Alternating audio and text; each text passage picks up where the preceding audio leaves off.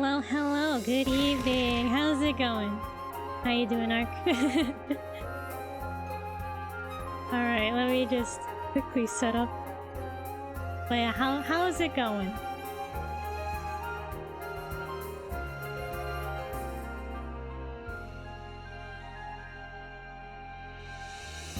Also, wasn't this the overlay that got your phone like screen burning?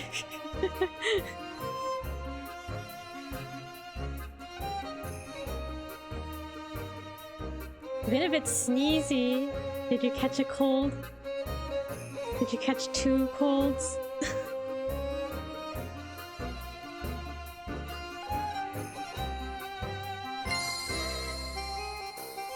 Yeah, but I'm not watching on mobile anymore. That's true.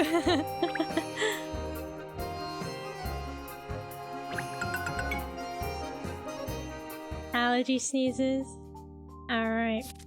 Our story so far. Okay, so we just started the second case. So I guess they'll just give us a quick summary.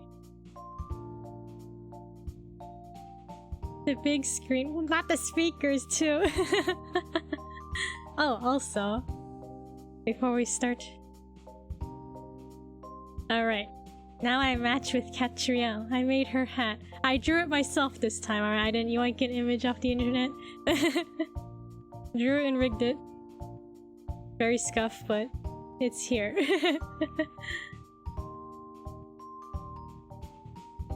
Cute hat, thank you. Alright. Tonight is the final night of one of London's great traditional events, the Riverside Festival. Inspector Hastings calls the agency to let Katrielle know of an incident that's occurred. Probably. The team rushed to meet him, only to find that in fact... Sure, I believe you? What's the doubt there for, huh? Alright. So we literally just started this case, so... Nothing missed, right? Ah, you can see the clock tower even from back here, look! Oh, also... TLDR. We are Katrielle Layton. We have our assistants that we didn't need, Ernest. And we have our talking dog, who has amnesia. Who said I was doubting you? Oh, okay, my bad, might be. Where would we be without buses in London? Where are the hint coins, huh? Oh. A hidden puzzle. Talking dog with amnesia. Is it Missile? Did Missile have amnesia at all? No, we have Cheryl, our talking British dog.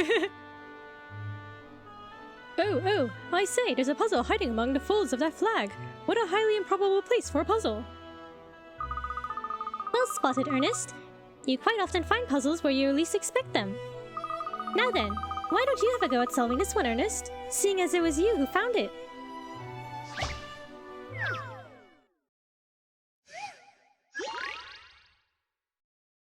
Pipe? Nightmare 2? Oh, okay. We did the first one in the first case. Some complicated pipe work. If we turn on the correct 2 valves out of the 8 valves, water will flow out to all the exit pipes in the bottom. If the pipe splits in 2, the water will flow both ways, but only in a downward direction. Okay. There's 2 pipes, alright. Why is it so confusing to look at?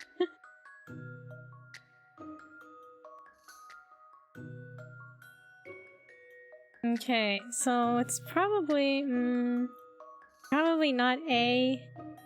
Probably not... Not H.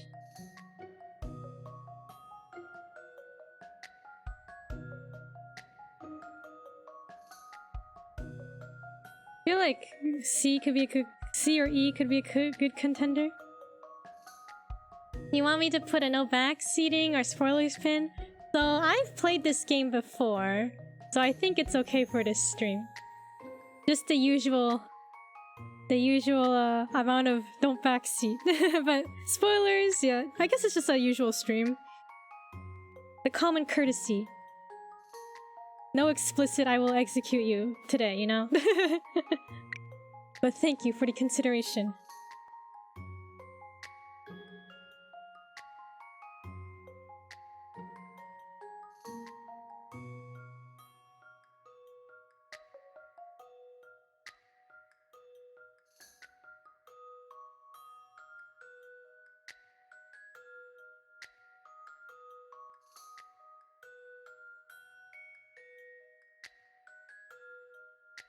Thought I asked? Yeah, no problem. Appreciate it.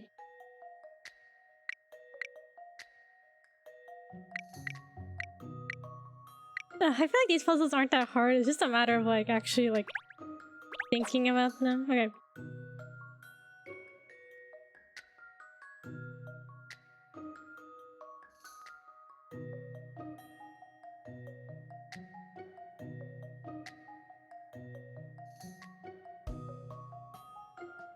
Hi Gucci, how's it going? Cute hat, thank you. Got a match with Katrielle. How's it going? How was your weekend? I just want to know the plumber who designed these. Yeah, you're right. Why did they end up like this? How? Well, maybe E. Maybe E is a good pipe to go through.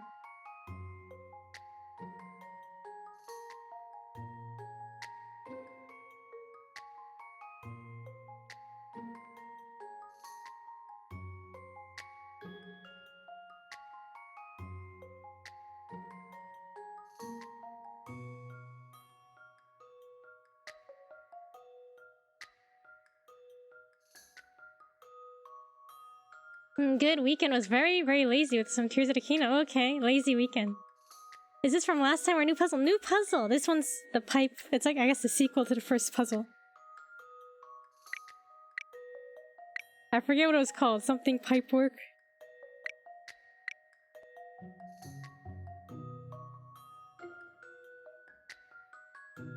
Maybe G would be good.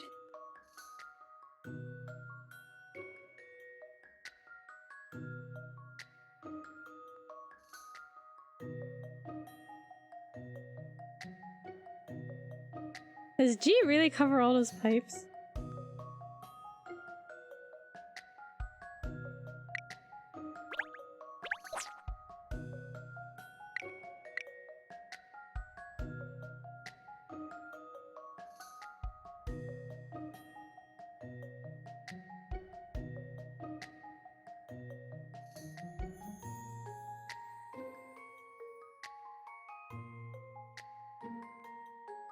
Okay, then C maybe? C? Pipe C?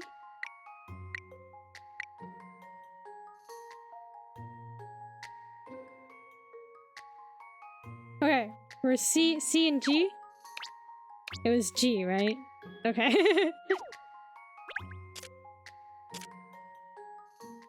So, in conclusion...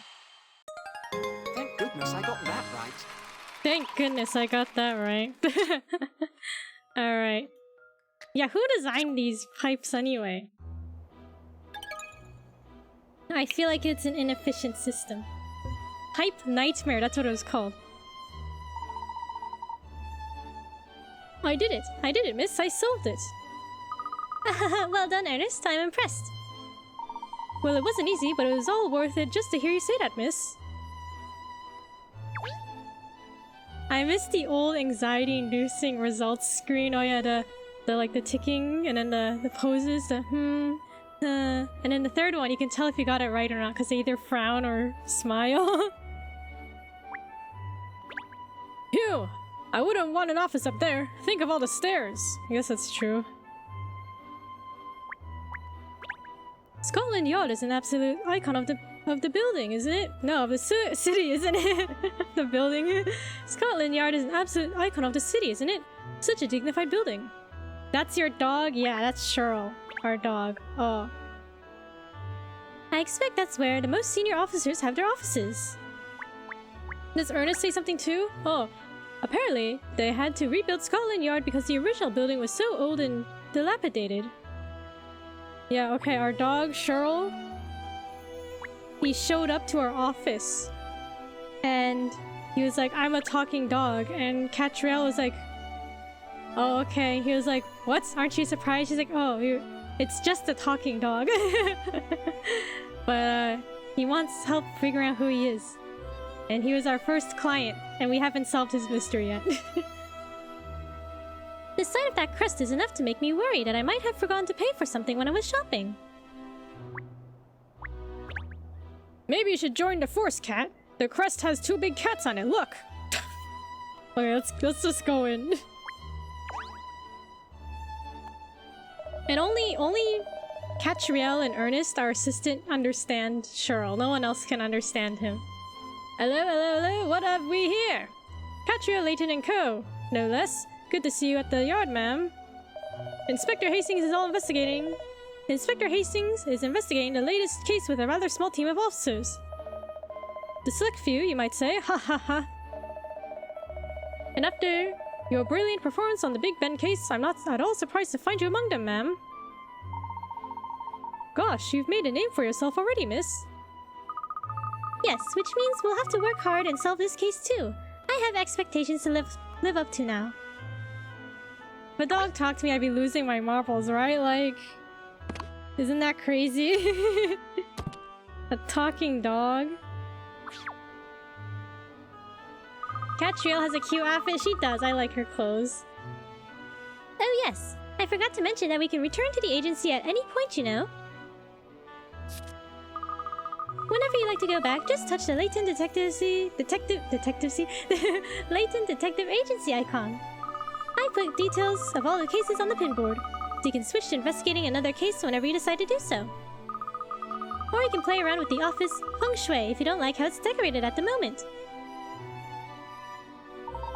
Ah, so that would be a way of going back to previous cases and finding any coins or solving any puzzles we might have missed. Yes, and for the less serious-minded, Ernest, redecorating can be a nice change of pace. Detective C. Every 5 puzzles you solve, you'll receive a decor dockets that you can exchange for different styles. Okay. Oh, okay, we got some decoration. If it makes you feel better, I did that with blood loss and just said bloss. Bloss. And speaking of Katrielle's outfits, she has different outfits. But because I have the peasant version, I don't have the deluxe version, I don't have these outfits. They're paid DLC, but she has like a bunch of outfits, so it's kind of cute. Like this one's Layton's outfit, and this is Luke's, and Emmy, and Anton, and Aurora. Oh my god, Katie, she's from Yokai Watch, I forgot about that. Cute fits, I know, right? She has such a cute sense of style. Peasant version, yeah.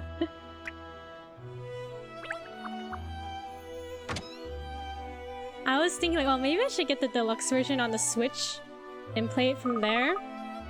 But like, I saw a review and it's like, it's hard to take notes or draw on the screen, like the memo, when you're solving puzzles with the Switch, so I was like, I'll just do it on the iPad. Something's not right. Oh? What is it, miss? Don't you think it's unusually quiet here at the police headquarters, considering a murder has just been reported? Yes, I suppose you're right. I don't see many officers rushing about following leads or anything. Oh look, there's Douglas Dirt, the reporter from the London Times. Dirt? Like dirt? He's digging up the dirt.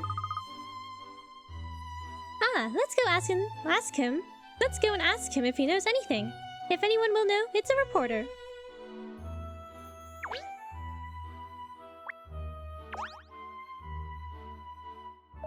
Hello there, you're on the same trail as me, I dare say. You've heard about the incident at the Riverside Festival, I presume? A murder, no less. What a dark world we live in. Always has the dirt on the latest scoop, that's alright. So it was a murder then? Yes, probably, or maybe not. But it does seem likely. Then again... Oh, I thought of all people you'd know at least. Well, the word on the street is it was a murder, but the police haven't made a statement either way. So is it a murder or not? Seems a bit odd, don't you think?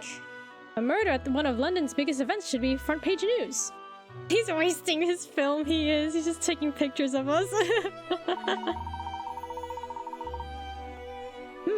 It looks like we're just going to have to get the facts from the horse's mouth. If by horse you mean Inspector Hastings, he passed through here not long hence.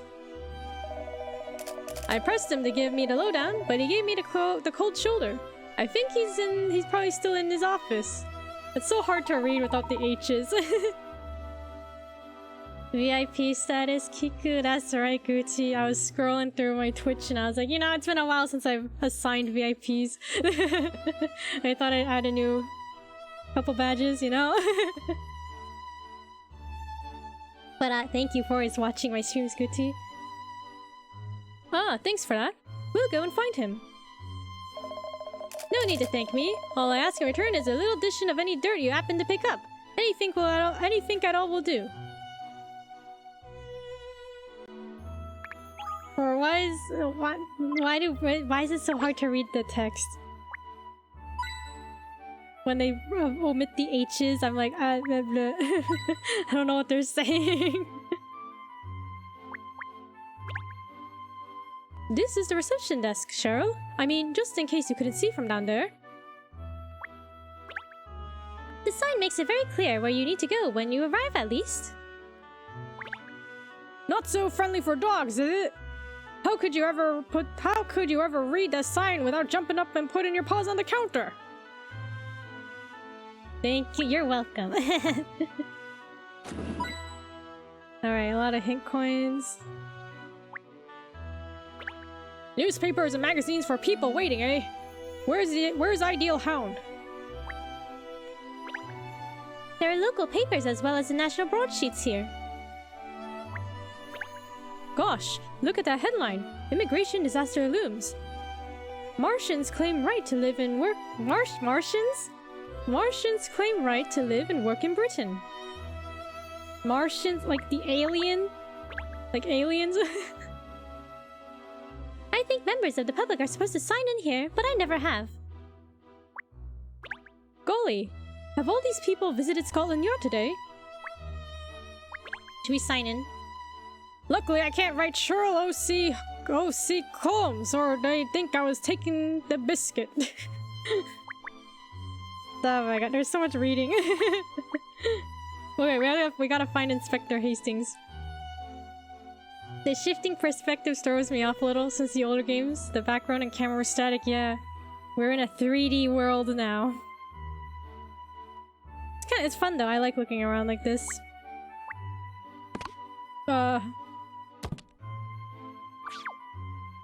Yeah, we basically... you know, 4 other games chronologically we haven't played after the first trilogy.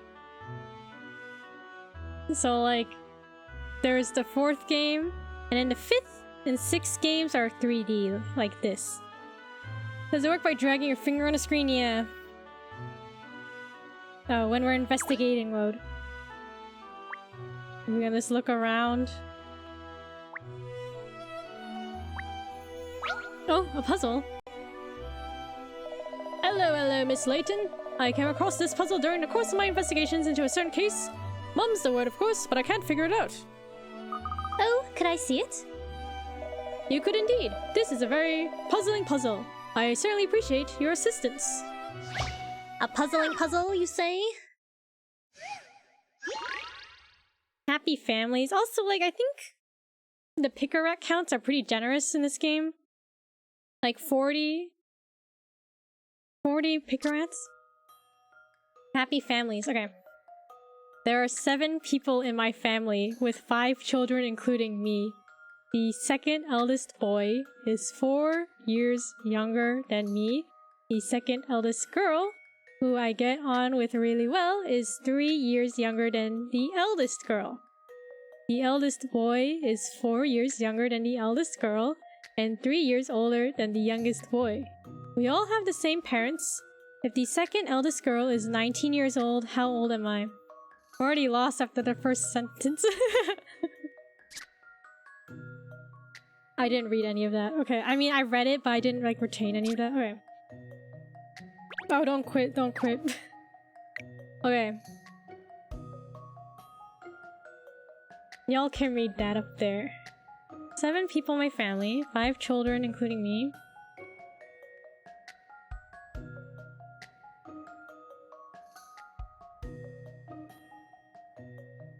Okay, so we know that the second eldest girl is 19 years old. Bold of you to assume I know how to read. Should have listened when I relayed all that information kindly to you. Okay, okay.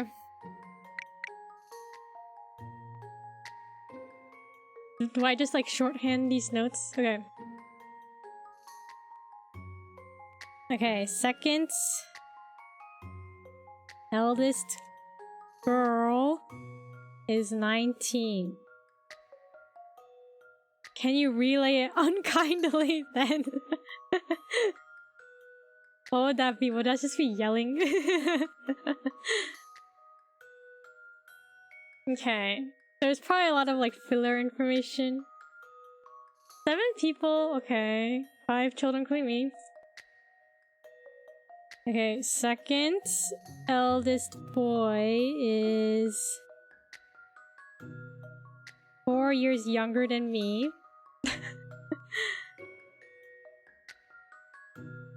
Okay, wait, so the second eldest girl is 3 years younger than the eldest girl. Okay. I write up here too. Okay. So the first eldest girl is 19 plus 3.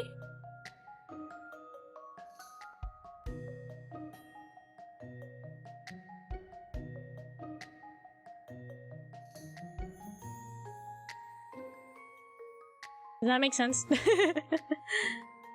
Is 3 years younger than the eldest girl. Okay, so the eldest girl will be 3 years older. Okay. Eldest boy. Okay, eldest first. So maybe I shouldn't write it on top of the text up here. First eldest boy is 4 years younger than the eldest girl. So it's 22 minus 4.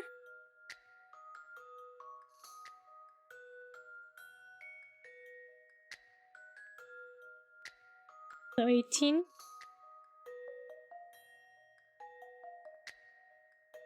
Three years older than the youngest boy.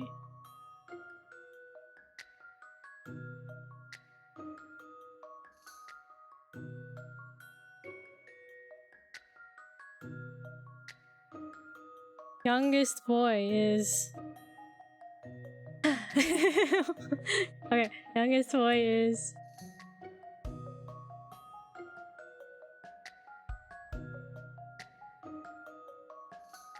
Wait, the eldest boy is 3 years older than the youngest boy?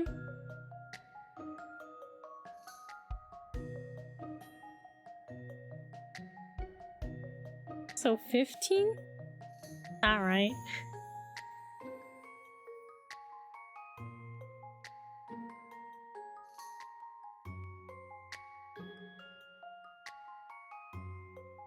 How old am I? So we don't know which out of these.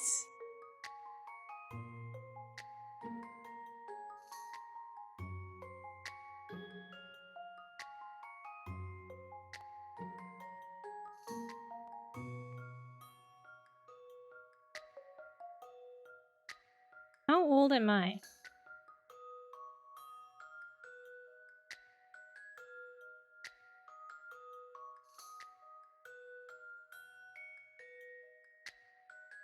The second eldest boy is 4 years younger than me.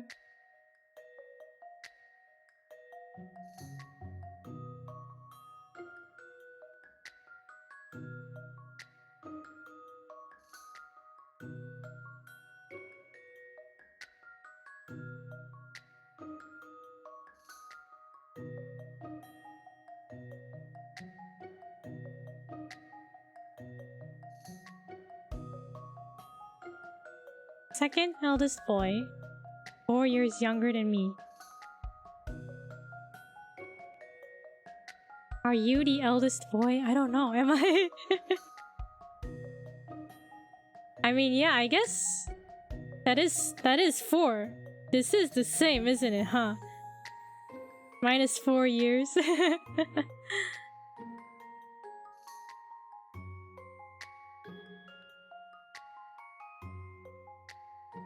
Should we just guess? Should we guess 22?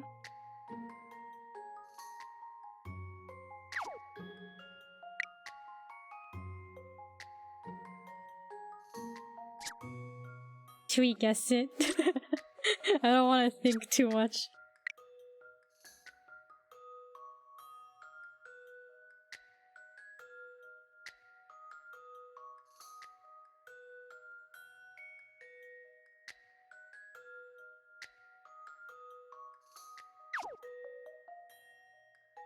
My guess was 14. Why 14?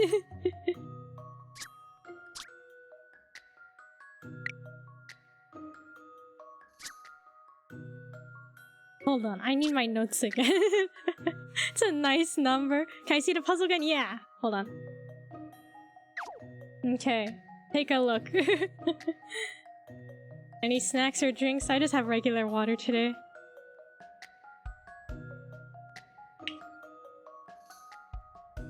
A nice number. 14.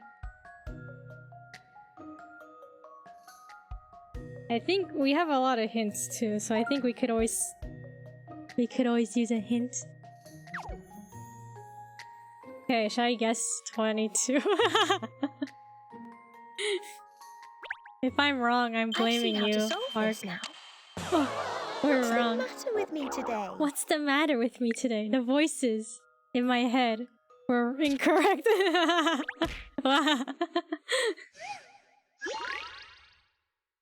Oh, the picarats. Oh no.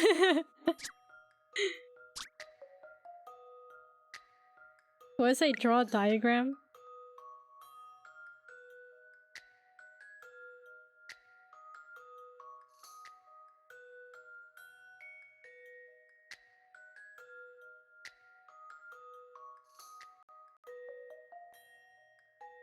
Why did they make this so complicated?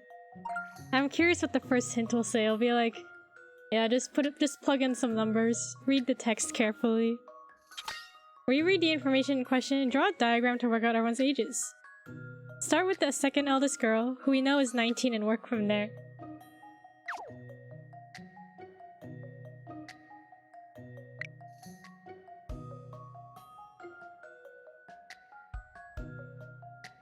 $17 or $16? What's your reasoning, huh? Are they also nice numbers?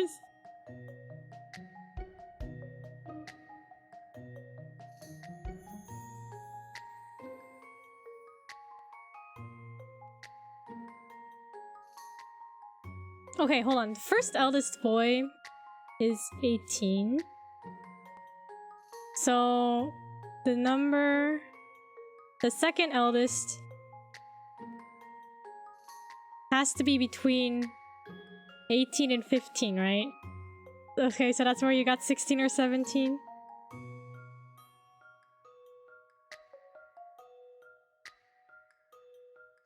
Right? Actually, I don't know. Oh yeah, so second eldest is...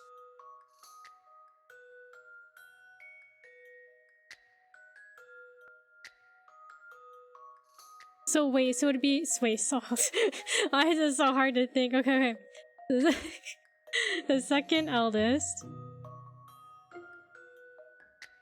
Second eldest's age is my age minus 4. So if the second eldest is either 16 or 17, then we have to add 4. So that means I'm either 20...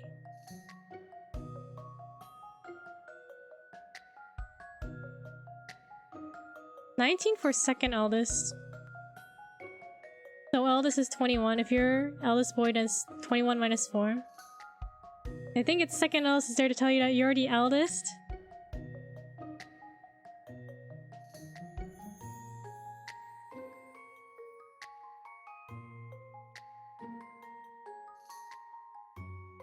Oh my god, it's so hard to think about. 19 for second eldest. Okay. Second eldest girl.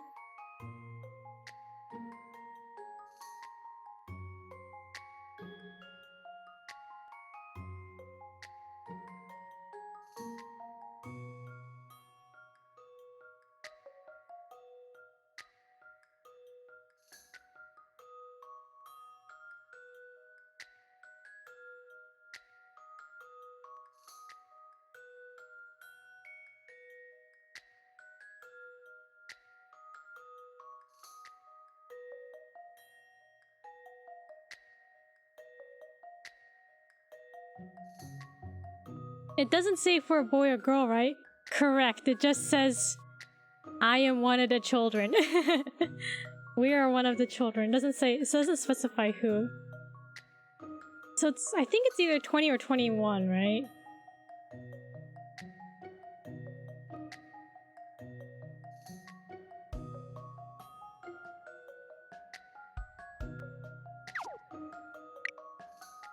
Should we give a guess? I've seen how to solve this now. What's the matter with me today?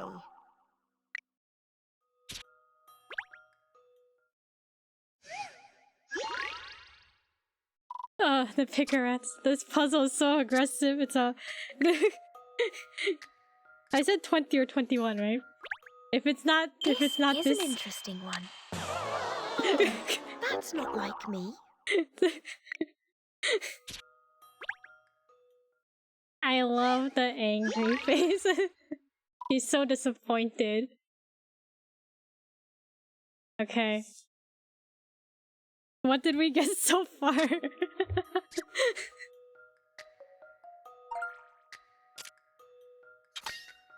There are 3 years between the second eldest girl and the eldest girl, which means the eldest is 22. Try 17? Okay. The eldest is 22. Okay, at least we got that correct. 17.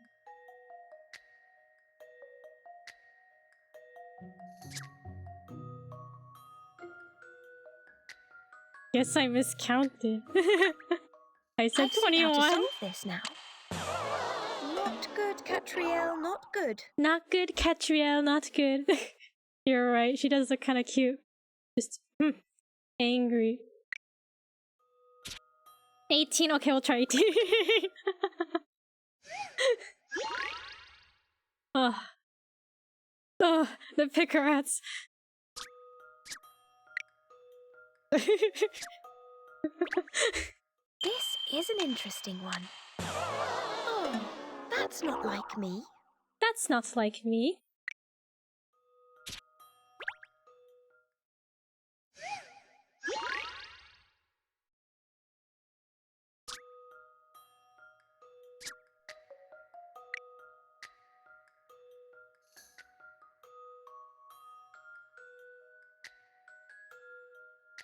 So is that what puzzles being generous with pickerats?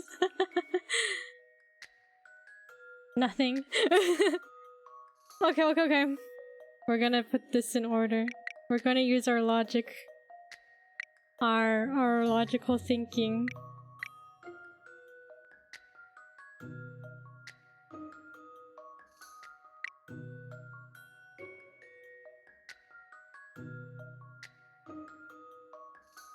Let me see the puzzle again.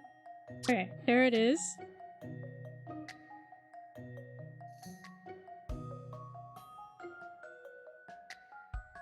I will also pull up my notes and look at them. Hope it's not too hard to read. Okay. So first eldest.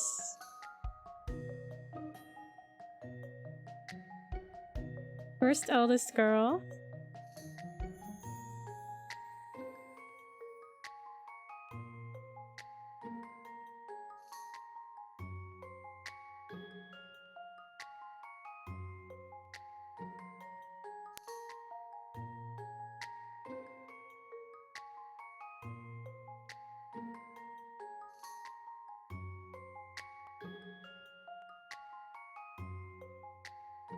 The second eldest girl, who I get along with really well, is 3 years younger than the eldest girl.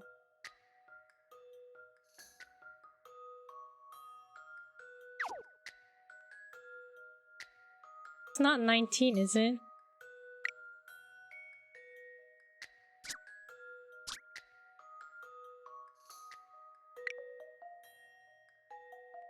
The second eldest girl? If the second eldest girl is 19 years old, how old am I? 19. We're gonna say 19. Let's see.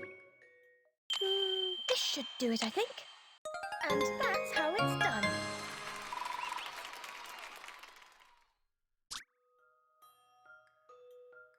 Oh my god, I didn't even consider that they could be same age.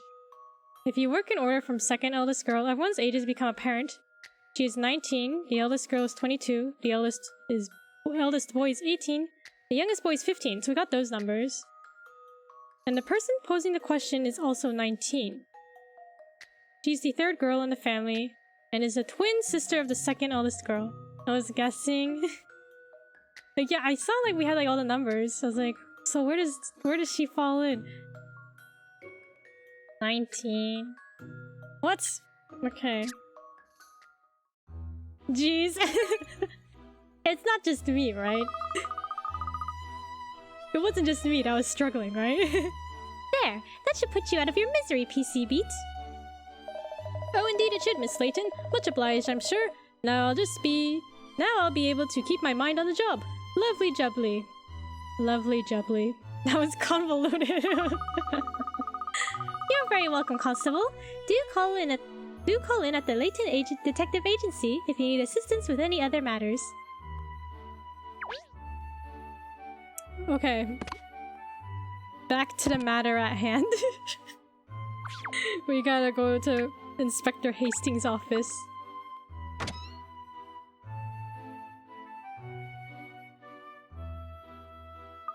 Now then, where's the inspector? Oh look, there he is over there. Gosh, his face is as black as thunder. This must be a terribly troublesome case. He always looks like that. Perhaps he finds every case troublesome. Let's ask.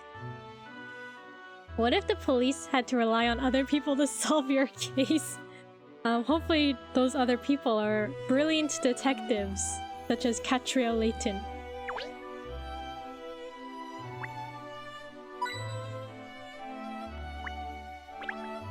Do you think there's something behind all those papers that he's trying to cover up?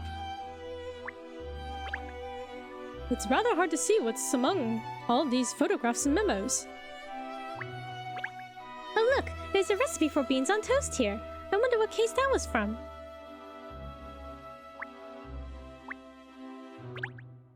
Ah, a comfortable chair for guests to sit in when they come to visit the inspector. Would y'all sit in this chair? Does it look comfy? That thing looks old, but I bet if you curled up just right, it would still be a great bed. Disappointing. I was expecting real leather. It's very easy to tell that it isn't. Bro, Katrielle. The critique. You discovered the magnificent mustache. It's been added to your collection. It's probably poisoned. The chair? The chair has been poisoned. Oh no, puzzle. This clock is absolutely spot on, isn't it? To the second. Well, Cheryl, having accurate time references is a vital part of the investigative procedure. Yeah, you think the chair is poisoned? Quite right, Ernest. Police and detectives alike always have to make sure they have the correct time.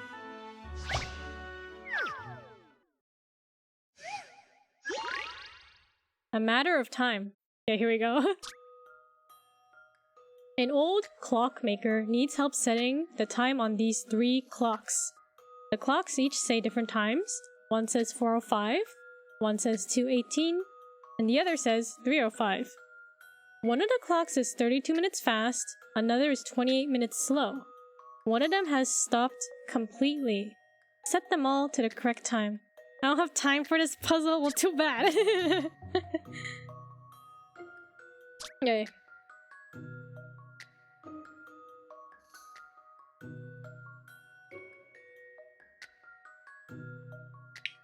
One has stopped completely?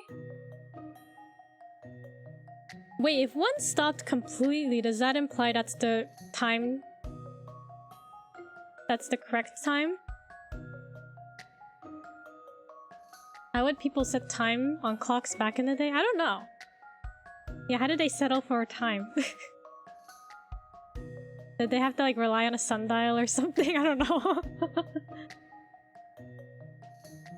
Okay, one's 32 minutes fast.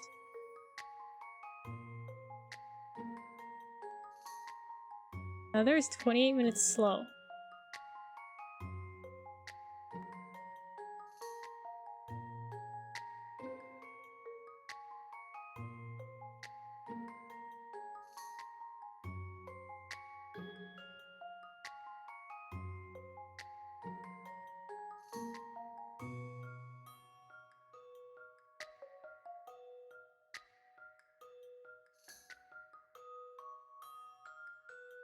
My brain doesn't want to deal with this. Okay. One of them has stopped completely.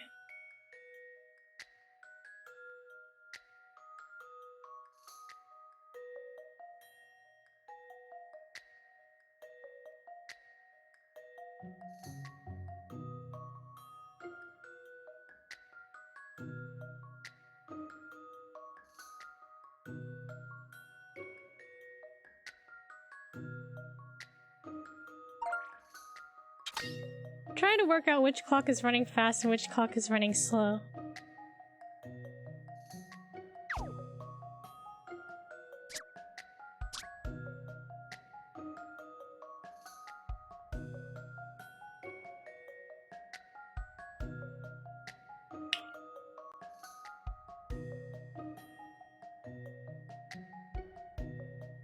No hesitation. We all know the first hint's useless. We all know.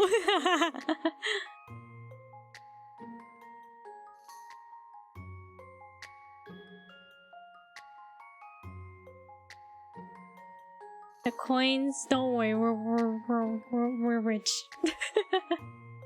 Guys, do we have to do this puzzle?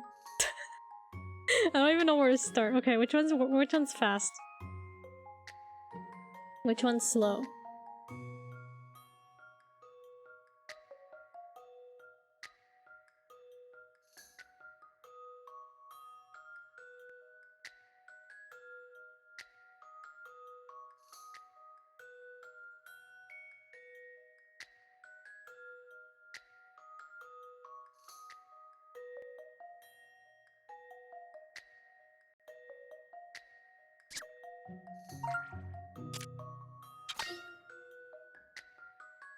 Let's concentrate on the information that one clock is 32 minutes fast and one clock is 28 minutes slow. What is the difference between these two?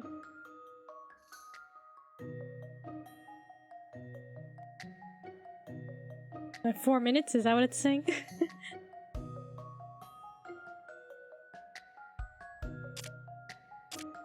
Should we look at the third hint? There's exactly 1 hour between the clock that is running fast and the clock that is running slow.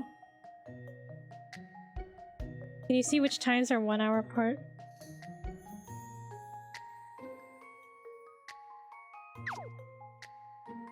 Well, it's the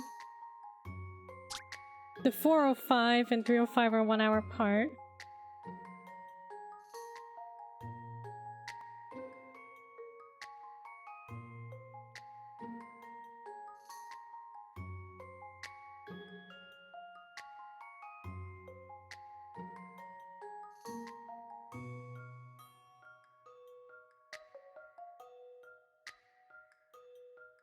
Call me a tree because I'm stumped. Let's see. Wait, so if the 4 o'clock one's running fast... Hold on, I need a visual. Wait, so if the 4 o'clock one's running 32 minutes fast...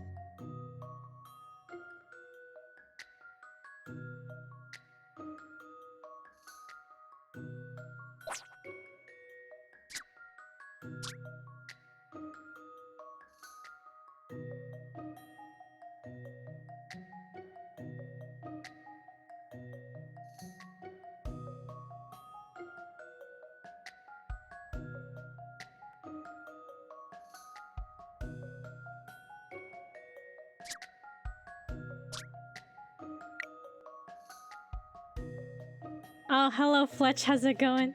How are you today? We're solving puzzles. Kind of. Wait, so 4:05 minus 32 minutes. What time is that? 3:33? Is that right? Wait, so then 3:05 plus 28 minutes is...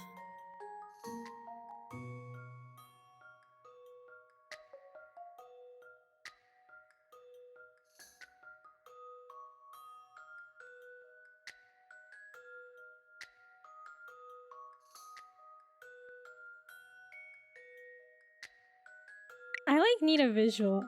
I can't do this in my head. I need a visual. Wait, hold on. Okay.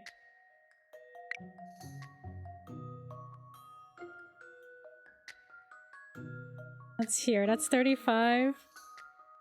Then 2 minutes. Also 33? Is that right?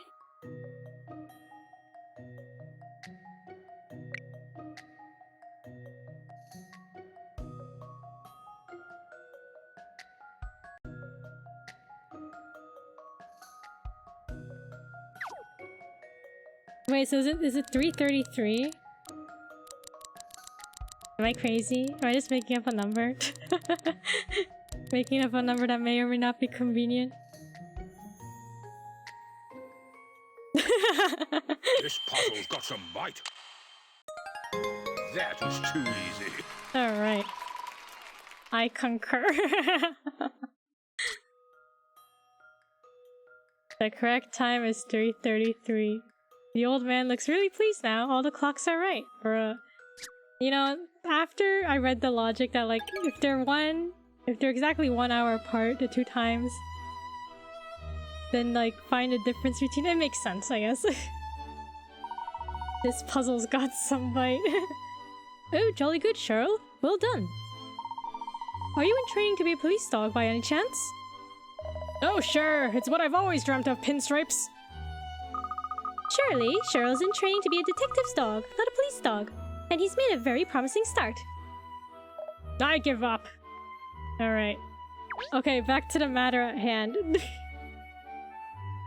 Well, I guess...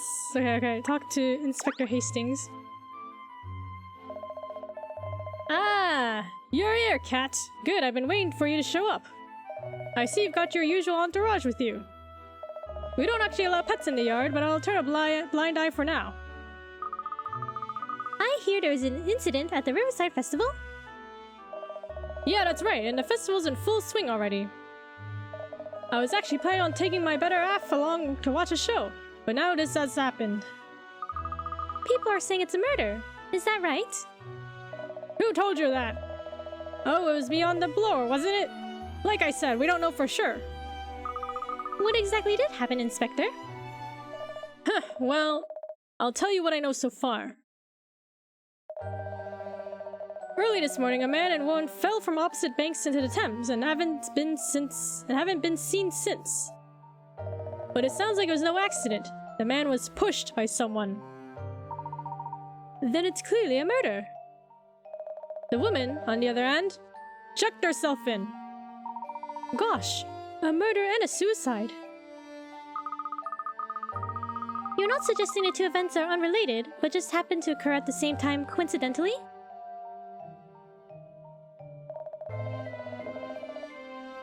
Has the cast have a full conversation with Cheryl in front of people looking crazy? Kind of. I guess so. I think in the first case, they were talking to Cheryl and Inspector Hastings was like, what? You got a dog? We haven't managed to ascertain yet whether they're unrelated or not. There's people trawling the river as we speak, but we still haven't found either one of them. This is making my head hurt already. On the phone before, you said it was probably a murder, but might not be a murder. What did you mean by that? Do you know anything about the victims at all? According to our investigation so far, the girl was called Vic and the bloke was called Tim. Last name's not forthcoming. Both of them lived on Chancellor Lane, it seems. Aren't we located on Chancellor Lane? Isn't that where our detective agency is? Well, blow me down a feather. Everything seems to happen on our street. Apparently, the pair were set to appear as part of the Riverside show the Riverside show of devotion tonight. I'm not crazy. My dog talks to me and only me.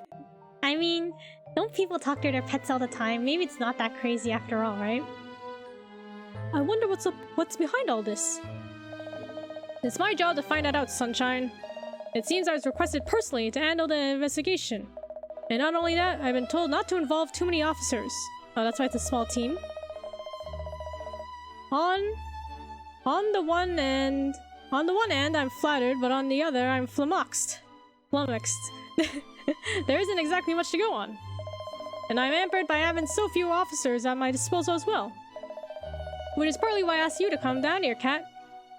You couldn't lend an hand, could you? I see. So that's the situation. Tell me, who is it that asked specifically for you, Inspector? Oh. For you, Inspector. I'm just on my way to see the person in question now as it happens. Tag along. I'm led to believe I can find her down at Guildhall. Guildhall? You mean the town hall on Gresham Street? Yup, that's the one. Come on, shake a leg. Alright then, lead the way. What are we doing? We're going to talk to our client. Head to Guildhall.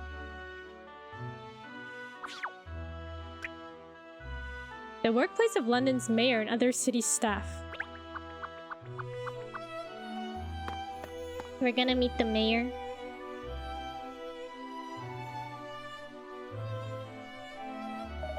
So this is Guildhall, is it?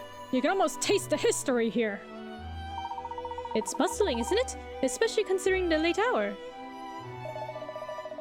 It's the Riverside Festival, that's why. It's keeping everyone busy. So, who is the person that asked you to handle the case then, Inspector? That would be the Mayor of London herself, Miss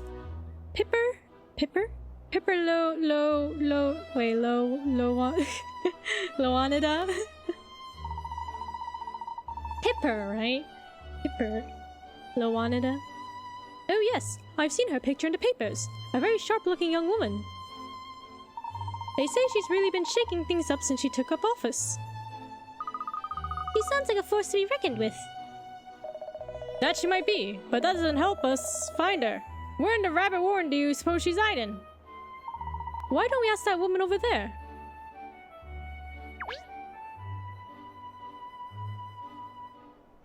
Why don't we investigate for hint coins first?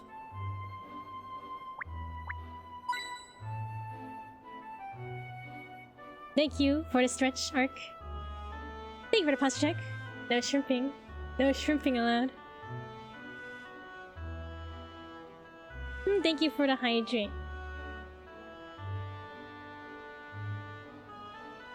Okay.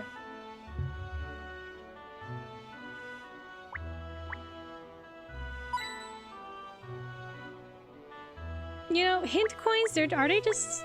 How do we find them? Like, I know we're clicking on stuff, but like, are there just coins just randomly scattered around? Like, that's just literally what it is, they're just coins scattered around? Guildhall, it says, here on the stone plaque. Well, at least we know we're in the right place. Lighting up rocks! Londoners are paying too much tax! Perhaps a stone plaque or... cartouche? In front of the Leighton Detective Agency. What do you think? And who do you give the coins to for hints? I don't know. It must be the person who's giving us the puzzle, right? Although I don't know how that would work for hidden puzzles. If there's no puzzle giver.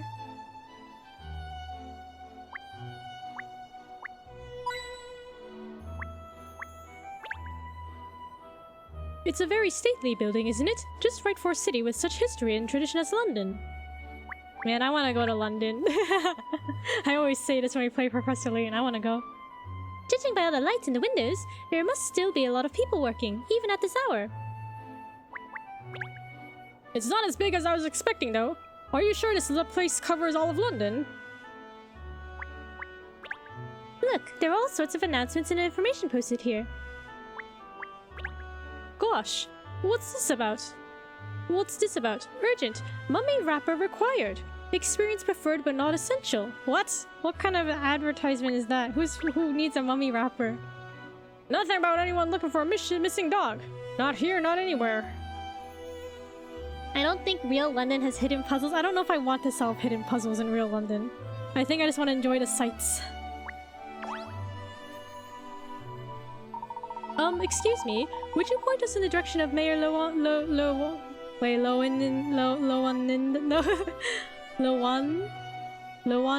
Is that right? Lowanida? Office, please? Oh, the mayor? Yes, she's, probably in her chamber. I think so. Anyway, probably. That's it! Really makes us believe you know what you're talking about. I'm Miss Lowanida.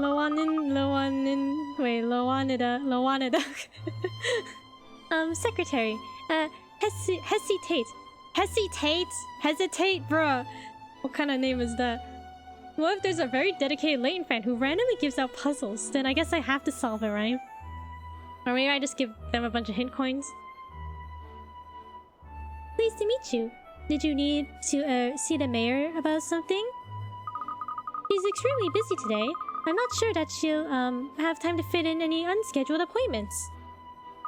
I didn't realize the mayor had so much to do. Hello, Shisui, how's it going? Oh, well, Miss how do I say it? Lowanida is a very dedicated individual. As I'm sure you know, she's taken upon herself to totally revolutionize the way the city is, well, governed. At present, she's, pushing forward her plans for environmental projects as well as welfare reforms. Golly! She certainly does sound like she keeps herself busy. Yes, and of course, now it's, the festival as well. I didn't see the redeem, so the big cheese confused me. Is the mayor personally involved in the running of the festival, then? Most, definitely. Mayor Lowanida goes to extreme lengths to, ensure the festival's success. Did I get a VIP role? Perhaps you did, Shisui, perhaps you did. Every year, she plans a great deal of the events herself, and she's, always present on site to oversee the setting up and other arrangements. And this year's festival is on a larger scale than last year's, so it's, been all hands on deck around here. Well, I'm sorry to be disturbing you at such an obviously busy time. If you could just tell us where the mayor's office is. Oh, of course, it's just inside and up the stairs. Good day to you now. The mayor sounds so busy. I wonder if she'll agree to meet with us. Well, it was her who asked the inspector to investigate, so I think she'll make time. But let's go and see. You got a Chaos Emerald? I guess it does look like a Chaos Emerald, right? The VIP badge. But yes, Shisui, thank you for your support in watching my streams. Always much appreciated. Oh, what was this lady's name? Like, good run, well done. Good run, well done. Oh, hi there, 1212. How are you doing? London's such a great city. I found so many puzzles while I've been running around, and I do love puzzles. Look, I came across this one just now. I like how Kat just looks surprised. She's like, huh? When she started running. At a crossroads. I see this power all in my hands. I will be the new Super Shisui. Super Shisui. I like the sound of that. Puzzle while running? I guess so. Does that mean she's like running on the road and she just sees something? She's like, oh, a puzzle! There's a crossroads with an old signpost. Both routes are the same distance to the destination. One of them is always busy, so it takes longer to get there. All of the drivers on this route want to reach their destination quickly, so they all choose the quiet route. You also want to reach your destination quickly, so which route should you take? Touch the sign to give your answer. Okay, guys, what do you think? The quiet road or the busy road? We got a 50-50 shot here. Here, I'll put the text up so y'all can read it again. Okay. They're the same distance. One of them's always busy, so it takes longer. All the drivers on this route want to reach their destination quickly, so they all choose the quiet route. So does that mean that everyone on the busy route who would have taken the busy route instead takes the quiet route? I want to say busy? Okay. We got a busy. It's 50-50 shot, right? So...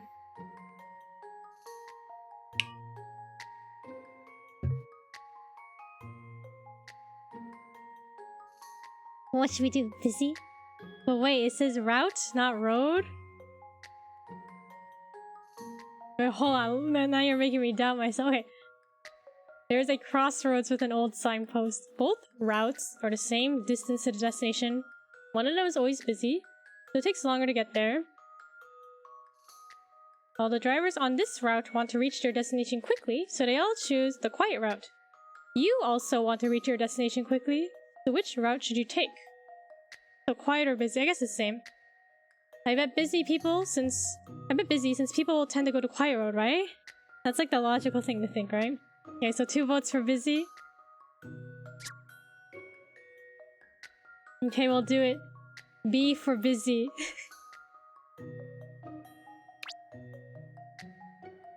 Okay, B for busy. Right, because everyone will be trying to take the quiet route, right? This should do it, I think. And that's how it's done. I'll blame Kiku if this is wrong. Don't worry, it's correct. Our logic was good. You did it! It's impossible to know from the sign what the current state of the road is. If everyone opts for the quiet road, then it's the route that ends up being the busy one.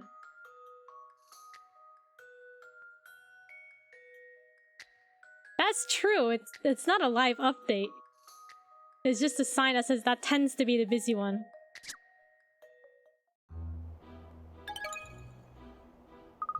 That was fun. Thanks. Oh, you're very welcome. Great exercise for the brain, huh? Hey, you want to come on a run with me as well? Oh, I don't know. I'm not sure I can keep up with all the 1-2s. I think I'll have to pass, sorry. Like going against the flow type of thing, right?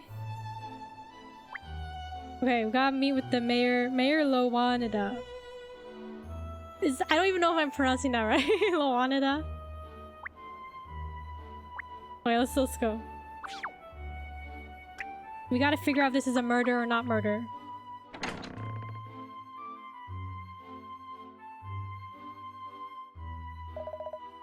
Mayor Lowanida! Ah, that's her over there. Murder is it? Good. Let's go talk to her then. There's the mayor. We'll just steal the hint coins in her office real quick. Oh! I like these chairs. Very chic. If this is the executive office of the Mayor of London, all sorts of important posteriors must have graced those plush chairs. I'm not sitting on them. I don't want to get in trouble. You go first. These are mayoral hint coins. Do you think they're worth more? Or are they still just peasant hint coins in the end? The mayor must be very studious. Look at all these texts about administration and government. Could any of y'all be political people? I feel like that's too much work. That's a neat pile. The mayor must be a very organized person. It takes one to know one, as they say. Cat, you wouldn't know a neat pile if it fell over and crushed you. Only if it was your campaign. That's so. I feel like I know who that is in the portrait, but the name escapes me. I expect it's a portrait of one of the former mayors. I could do without the disapproving look. Hey, I can't help being a dog, mister. The national anthem will be changed to Dynamite by BTS. Ooh, what's this? Treasure? You discovered a mysterious mask.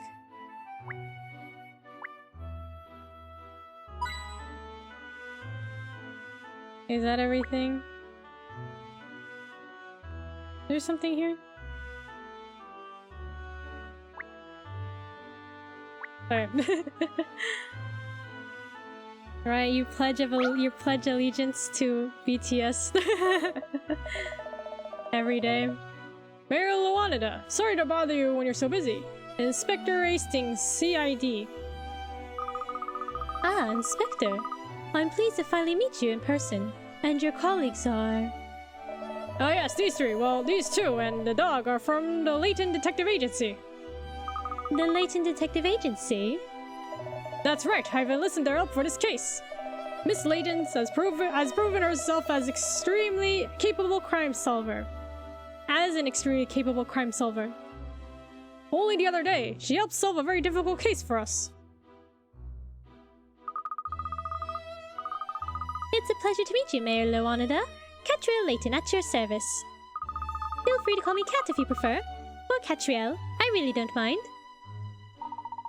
And I'm Miss Leighton's loyal assistant, Ernest Greaves. Hello, Ernest. And your dog? Is she also part of the Leighton team? Absolutely, although she is a he. Cheryl performs police dog duties for us. He's indispensable to the work we do. She!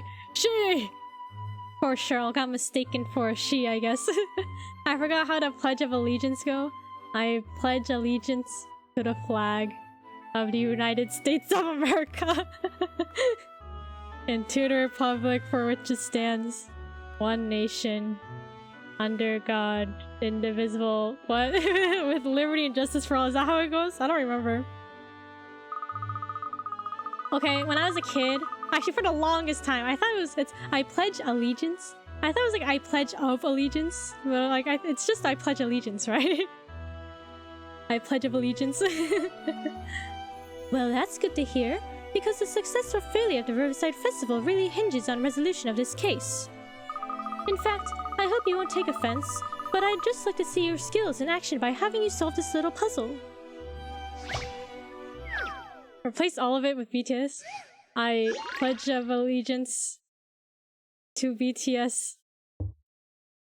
Of BTS. 3 candidates, A, B, and C, are standing for mayor in an election with 1,000 voters. In a pre-election poll, 200 voters were undecided, 400 voters supported A, 300 voters supported B, and 100 voters supported C. Assuming no voters changed their allegiance, how many candidates out of the 3 still have a chance at winning the election? I pledge allegiance to Matcha Nation. Matcha Nation. That'd be pretty good, right? Matcha Nation.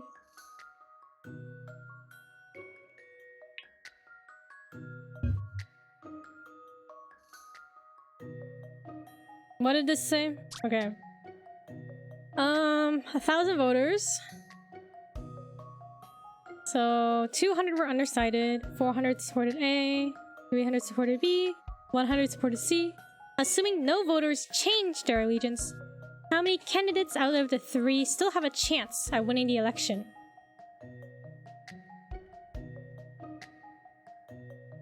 Two, right?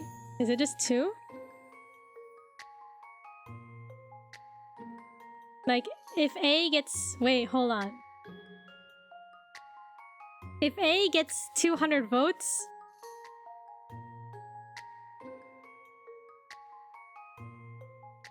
then they'll win. If B gets 200 votes, they'll also win, right? Assuming they get all 200 votes. And then C doesn't really stand a chance, right?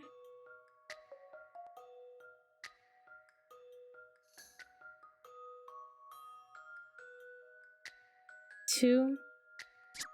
Is it that simple? Where's the trick? I've seen how to solve this now. What's the matter with me today? The voices. The voices in my head. Bad luck. This is a question of possibility, not probability. What's the matter with you today? You didn't help me solve the puzzle, Fletch. That's what's the matter. Alright, let's see.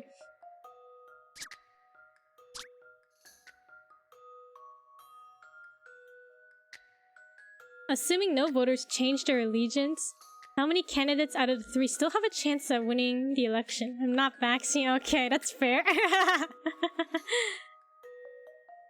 How many candidates out of 3 still have a chance at winning?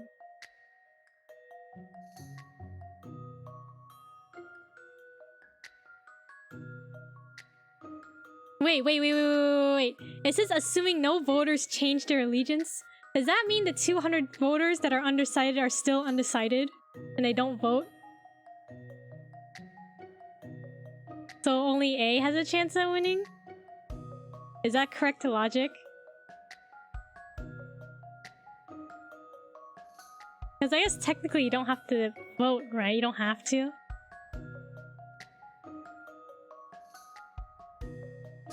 Wait, hold on.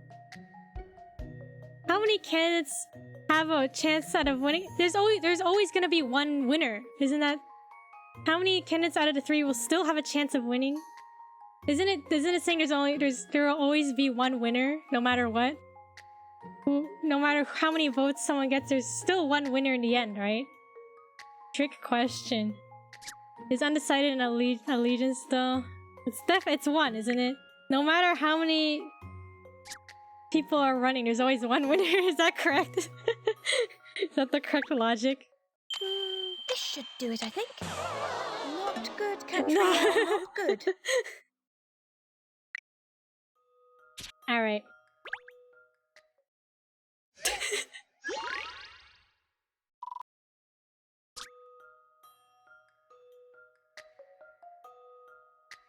Three? I guess technically anyone could win. Is that the logic we're going with? I've seen how to solve this now. Puzzles are made for solving. Maybe 0. Everyone drops out and nobody wins. No one wins. Alright.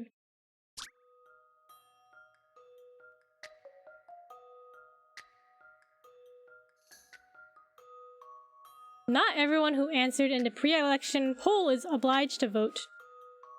As we don't know how many people will end up voting, that means all 3 candidates are still with a chance. Everyone gets sent to the farm upstate. Wait, so... Yeah, I guess... Yeah. Even if they don't change their allegiance, they don't have to vote technically. Okay, I guess that makes sense. Okay.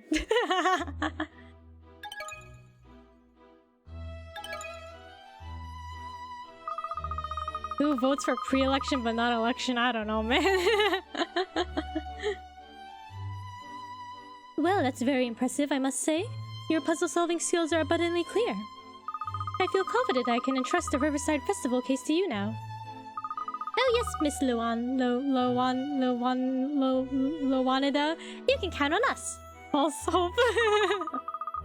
There are a number of troubling points about this case, most notably the stark resemblance to the Legend of the Thames. I'm not aware of the Legend of the Thames, I'm afraid. I seem to recall hearing something like that before, but I forgot the details. Allow me to explain. The tale goes like this. Story time.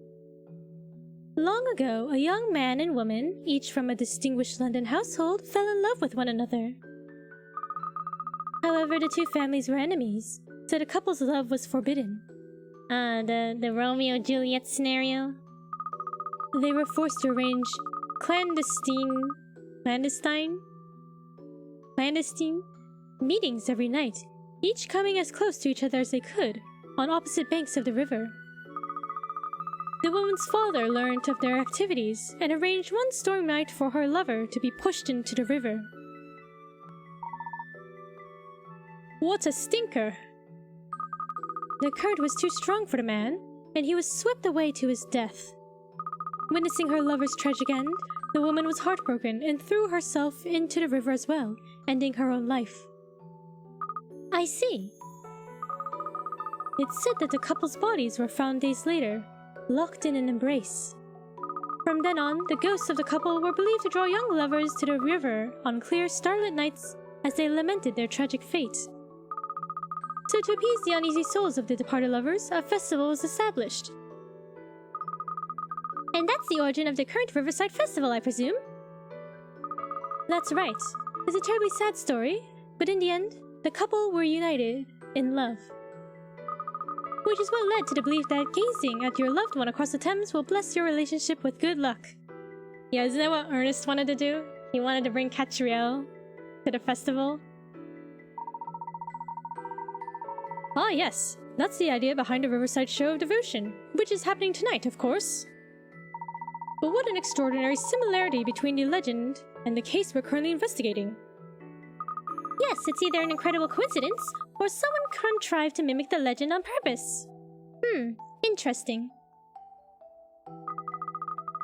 He could have ended it easier by asking her if her lover would still love her if she was a worm.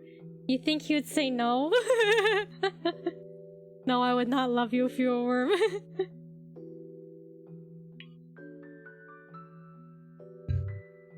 It's a terrible shame that such a dreadful crime has sullied the festival. So many Londoners have been looking forward to it. We must get to the bottom of it at once, so that the people's minds can be put at rest.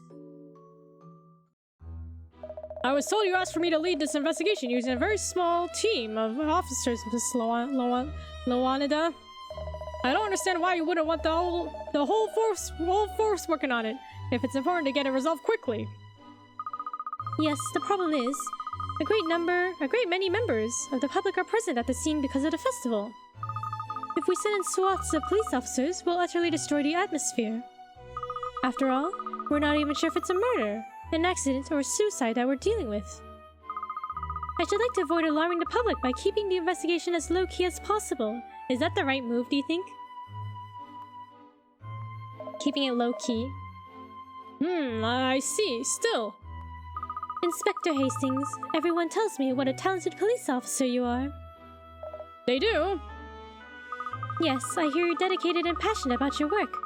One of the most admired detectives at Scotland Yard, I believe. Which is why I know I can rely on you to carry out this investigation swiftly and discreetly. Well, I don't know what to say. After such high praise, I can hardly turn you down, can I? Thank you, Inspector. And I'm grateful to you too, Miss Layton, and your assistant. And I'm afraid I'm rather busy.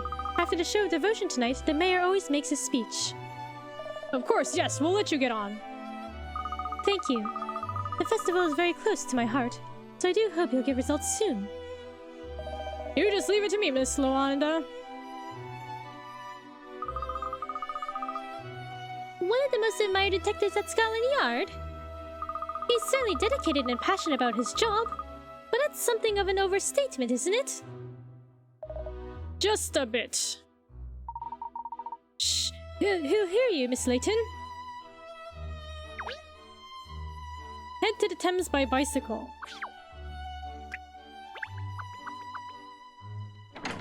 You sound so stunned. Wait, I'm good at my job, yeah. Does he just not get praised? It's you. He doesn't get praised very often? It's you. You're that so-called detective who thinks you solve cases with gut feelings and instinct, aren't you? Do I know you? I'm Emiliana Perfetti, forensic analyst and profiling expert. Unlike some people, I base my deductions on hard evidence, facts and figures. Well, that all sounds very impressive. Yeah, impressively stuck up. Anyway, I'm investigating this case. To be perfectly honest, your involvement is a headache I could do without. You should just leave it to the professionals. Do you even know who I am? I'm a professional too. Is she or Don Paulo, maybe? Our rival? Well, as long as the case is solved in the end, does it matter if it's facts or fortuity that get you there? That's true. I mean, as long as it's accurate, right? If you have the correct culprit and stuff, you didn't blame the wrong person. There's no doubt in my mind that I'll solve this mystery. Oh? So, if you'll excuse me, I have work to do. If you call rolling dice and drawing tarot cards work. Katrielle Layton. Just because you're Professor Layton's daughter. Va bene? We'll see how far your methods get you.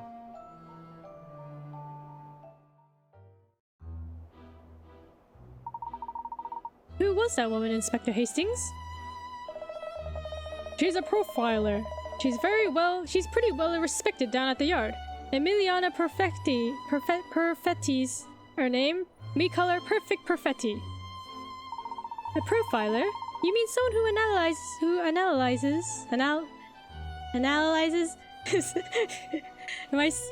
Am I saying it right? I don't know why it sounds weird. Criminals and their motives? Something like that. Profiling's all about evaluating physical evidence and reconstructing crime scenes and the like. Perfetti's got a real knack for figuring out details about criminals by gathering a ton of information from crime scenes and analyzing everything she finds. She helped crack the number of cases that have had everyone else at the yard stumped. It sounds like she's a very talented lady. Yeah, and if we don't pull our claws out, she's gonna steal our thunder and solve this case before we do. You're right, Cheryl. And while we're building our reputation, we could really do with solving high-profile cases like this ourselves. Well, I'm gonna head back to the yard and see how the investigations progressing. What about you? I think we'll start by heading to the river, where the incidents took place. Alright, well thanks, Kat. This isn't just about pleasing the mayor, of course. It's about allowing Londoners to enjoy the festival. I hear you loud and clear, Inspector, so we'll be running along.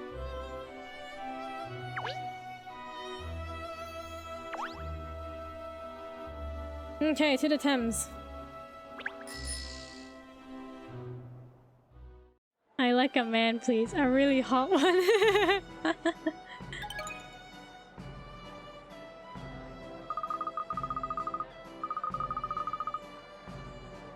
So this is where the festivities take place, is it? There's more going on than I expected, actually. Oh look, ice cream. Later! Yes, alright, Cheryl. I was only joking. The investigation comes first, I know. Oh, freshly baked muffins. Just smell that. Joking, were you? Really? You wouldn't know anything had happened, would you? Everyone seems to be having a jolly good time. But if our reporter friend, Douglas Dirt, is to be believed, the public are well aware of the incidents. Perhaps we should talk to a few members of the public while we're here and see if we can learn anything new.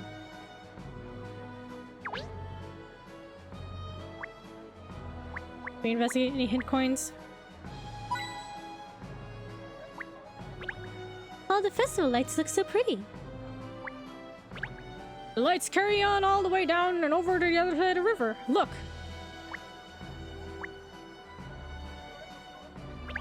I say, this is just a sort of place to enjoy an evening stroll with your sweetheart, isn't it? Oh, Ernest. He just wants to go on a nice evening stroll with Kat, doesn't he? That's London Bridge, is it? The one that's fallen down? I'll take a boat. Even an iconic landmark like London Bridge is overshadowed tonight by the Riverside Festival. I think views of the bridge are better enjoyed by day, personally. What's this? You discovered the stage show soundtrack.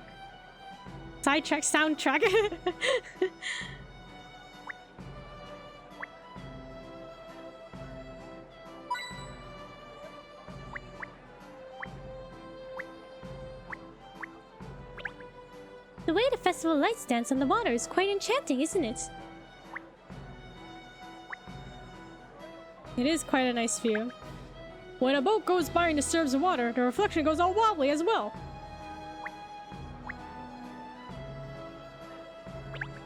The Thames is still very still this evening, isn't it? There's barely any wind. Alright, that's probably enough investigating. Alright. What do you have to say? Arr, have you heard the rumors about what happened this morning? They say some fiend was shoved into the river, and then alas chucked herself in on the other bank. It's just like the legend of the Thames. So it is. I used to sing sea shanties about it when I was a lad. Now I'm here, I just found out about something called the Riverside Show of Devotion going off this evening. It's sad about the missing couple and everything, but I still want to enjoy the show. Did the bike give anything? The bike is just like our mode of transportation.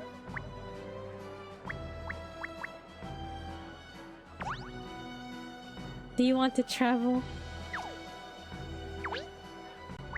Alright, how about look a couple question mark?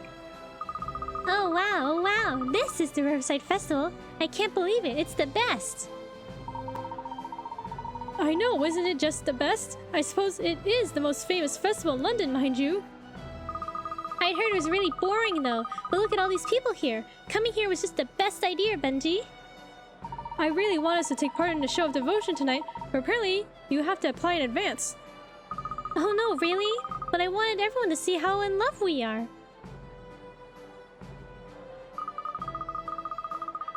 Are the missing couple the letters... Are the missing couple the letters H and G? People are forgetting them in sentences. They're British.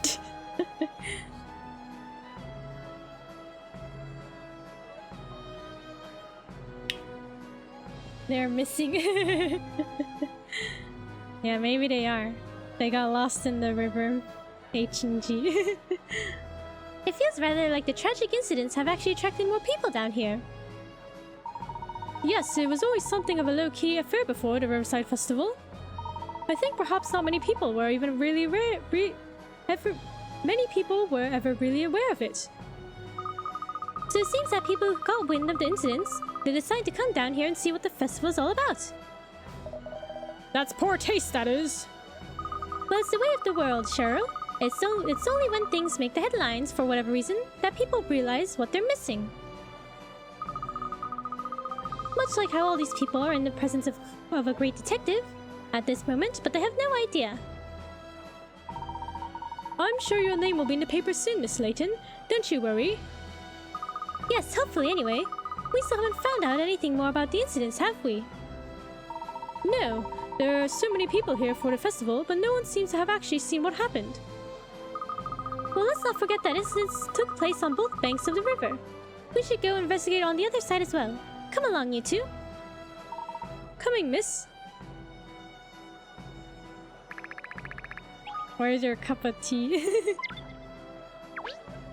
Maybe I'm a fake British person. No tea. I had my cup of tea this morning, I guess. Okay. To the other side?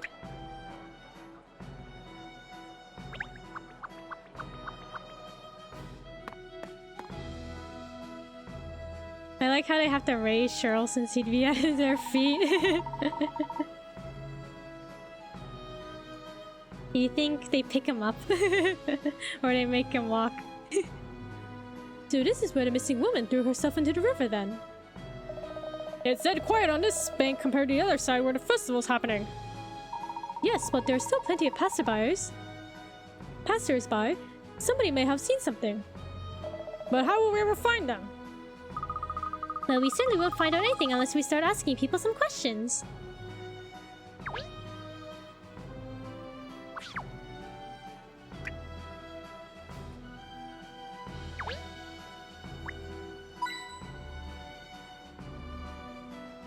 Any hint coins? Maybe he goes on the bike basket. I feel like Cat would just make him run. Found 10 hint coins. Like, isn't that too generous? 10? The same side of London Bridge, but from a different angle. Very interesting. Oh, I say.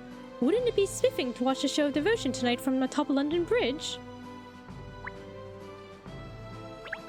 The bridge isn't actually in the festival grounds, is it?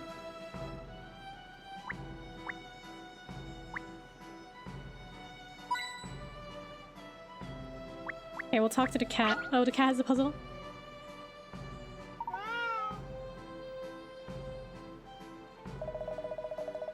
That's it! Pierce my eardrums! Why don't you? Is that a puzzle he's pawing? Is there a cat in chat? Oh, I wonder what sort of puzzle a cat would be playing with. Yeah, a cat with a puzzle. Never seen that before. Alright, Pinstripes. I'll show you how it's done. Katrielle. A cat with puzzles. School sister. Okay. Two sisters attend the same school. Each morning, the younger sister sets off first, and the older sister leaves the house when the younger sister has traveled 100 meters. The younger sister walks at 1 meter per second. The older sister walks at 2 meters per second. What is the maximum number of seconds it would take the older sister to catch up? They live in the same house, travel the same route, and neither of them turn back on their way to school.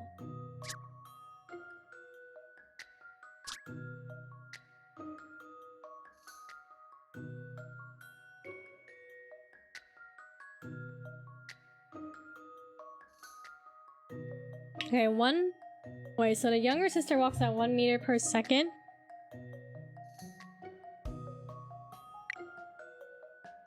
Okay, this is the start.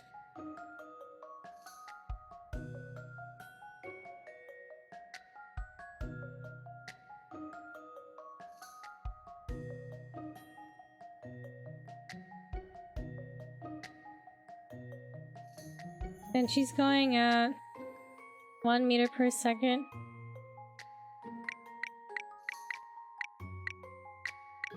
And the other sister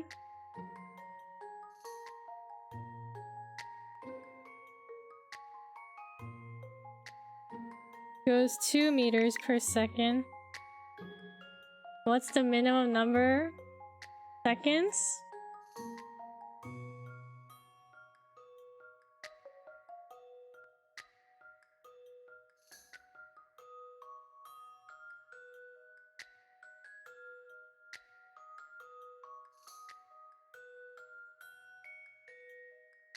Same house, same route, neither of them turn back on their way to school, but it doesn't say they stop. Too much math? Like, does the first sister, does she stop and just wait? Because if she stops and waits, then that's what, 50 seconds? Too much math. Because this is what's the minimum number of seconds, right?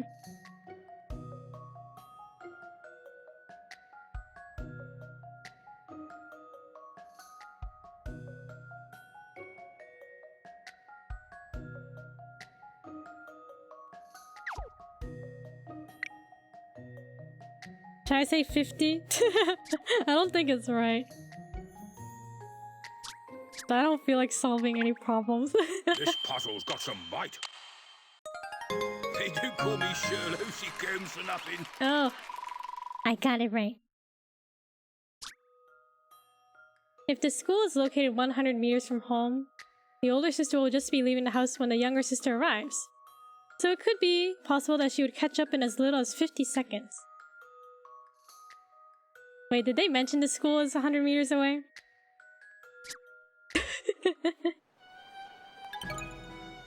No?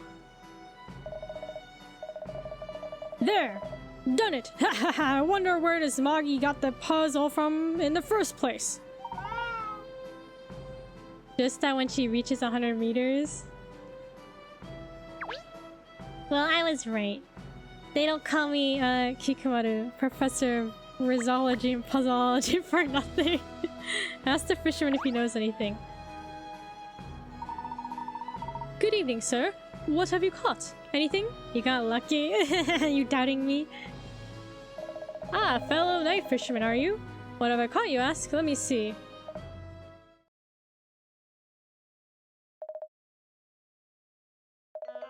Fish. Yes, I've caught fish. Oh, dearie me. I'm not sure we're going to have much luck with this chap. We're investigating the incident that occurred here earlier today. Do you know anything about it? Incident? What incident? Oh, you mean that incident. So you know about it? The woman who fell into the river? Know about it? I saw it. Saw it with my own eyes. Bingo, and I win this straight off the bat.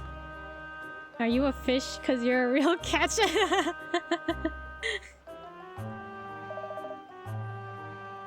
That is fishy. You're a real catch. Would someone want to be called a fish though? Could you tell us what you saw, please? What? Who saw? Me? Yes. You just said you saw what took place with your own eyes. Oh yes, of course. The place. Yes. The place? With an I? Wait, is that a different word? P-L-A-I-C-E? Yes, I saw them, alright. Although it's unusual to see places here, so they might have been soul. Oh, like a fish? Is a place a fish? Because isn't a soul a fish as well? Maybe if they're a fish tuber like fish. A fish. Might have been soul.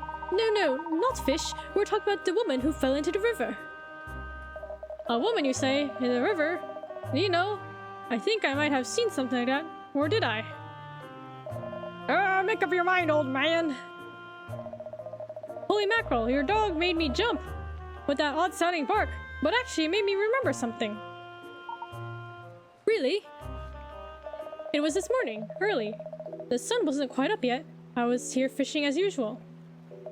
Anyway, nothing was biting, so I was just gazing over the opposite bank, absent-mindedly when it happened. I could make out a fellow standing there, and then another figure appeared behind him and shoved him in. What happened to the man who fell in? Well, I didn't see him thrashing about or anything. He just vanished.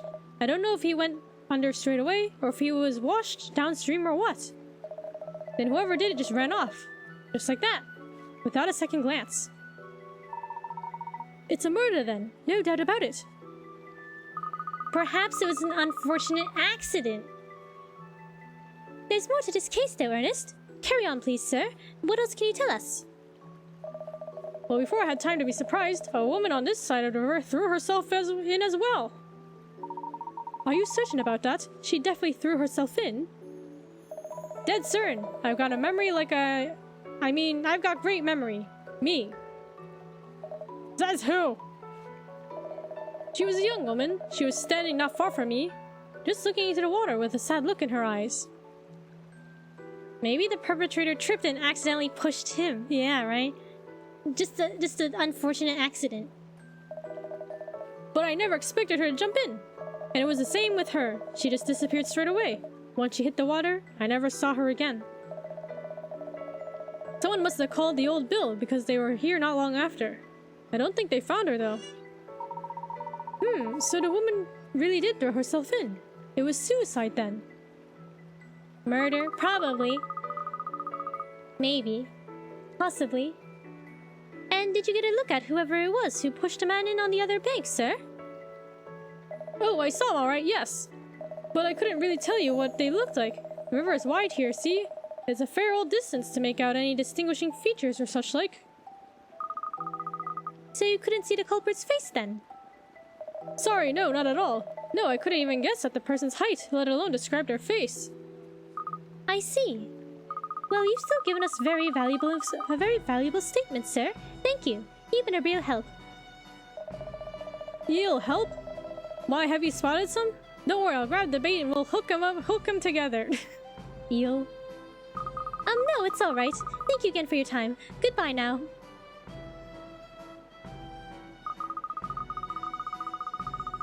Murder. Was it you, Fletch? Did you murder the guy on the bank? Did you push him into the river? The opposite bank is too far for our fisherman friend to have made out the face of the person responsible for pushing the victim into the river. I oopsied. Aha! I've had an idea. Ernest, could you just sprint over to the other side of the river now? Just sprint over? That's the best part of a mile. He's not your dog's body, cat. Oh, I don't mind. You don't mind? Of course not. I'd be delighted to do it. Delighted to? Are you barking? Now what are you grinning like that for? Have you forgotten the legend? When you gaze at each other from opposite sides of the banks of the Thames, your love will... I mean, never mind. I'll be on my way. Is she gonna push Ernest? No, Ernest. He wants to gaze at Katrielle from across the river. I As quickly as you can, please, Ernest. Now that is a bad case of puppy love.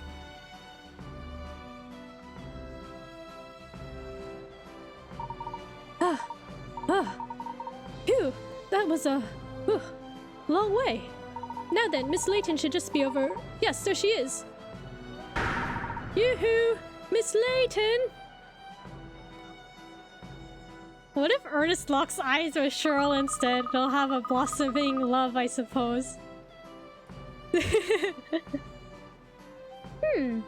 The other bank certainly is a long way off.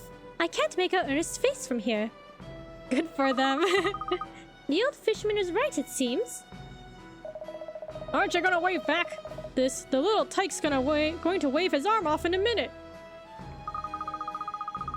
It looks like witness statements aren't going to help us identify the culprit. We'll have to find other avenues. Bro, she's purposely not looking. You're not hearing me at all, are you? Poor pup. Throw him a bone, cat. Two people killed in exactly the same way as the legend. Coincidence? There's no such thing as coincidence.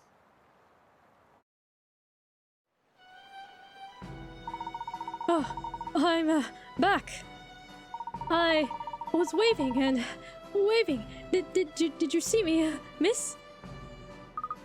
No. Bruh. Did she wave? No, she didn't even see him. She really said, I did not see. You didn't? Well, I was deep in thought, Ernest. What if she just straight up left, bruh? We all know that Ernest would still be like, oh, Miss Layton, she didn't mean it. I'll still be her loyal assistant. She really said, I do not see. Oh, I see. Gosh, that sprint must be catching up with me. I feel shattered all of a sudden. Oh, poor Ernest. Don't be disheartened, Pinstripes. The road to true love is never easy, they say. Ernest, there's no time to catch your breath, I'm afraid. We have to find out more about the victims now. Both the man who was pushed and the woman who threw herself in were residents of Chancellor Lane, who, according to what Inspector Hastings told us. So let's head back there and see if we can find anything out that might be useful. Oh, okay. Poor Ernest. Alright, first clue. Death mimicking legends.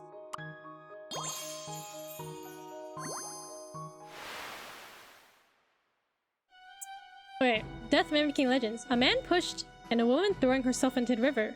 Exactly as in the Legend of the Thames. Could it be a deliberate mimicking?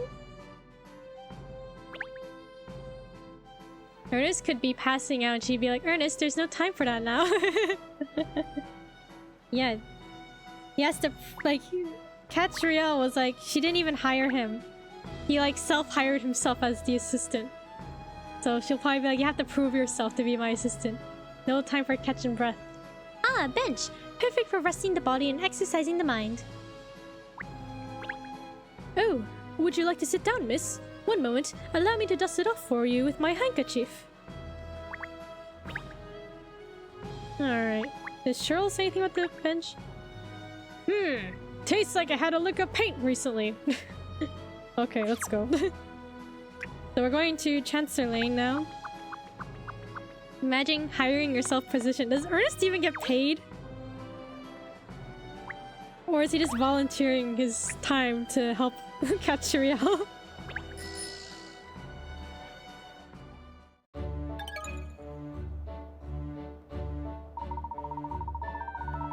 It's rather a funny coincidence that both the man and woman lived here on Chancellor Lane.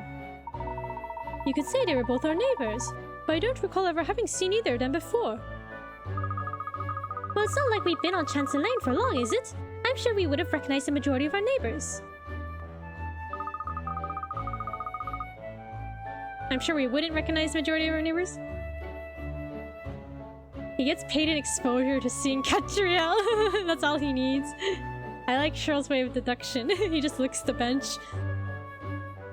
Gives it a little taste. Anyway, let's see if anyone else on the street has some information for us.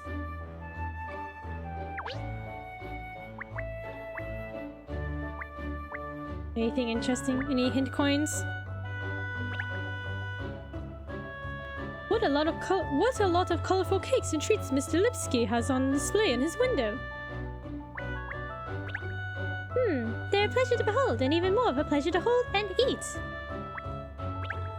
Doesn't Lipsky make any dog biscuits at all? He's missing a big slice of the market.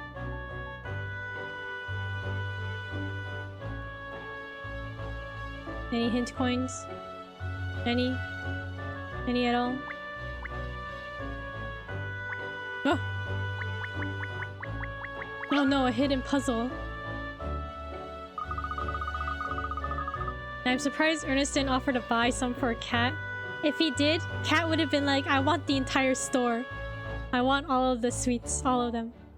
Look at that! There's a puzzle dancing around in the smoke from that chimney. What are you rooting to? I don't see any puzzle. There's no time to explain, Cheryl. It'll float away if we don't act quickly. What puzzle? He'd rob it for her, probably. But then she'll be like, you thief. How dare you? You have been given two very different shaped stars. The one on the left is a pointy star, and the one on the right is a flower-shaped star. You can use both of them together to make 5 circles. Slide the stars to move them, and touch to rotate. Touch and hold on a star to change its size from small to medium to large.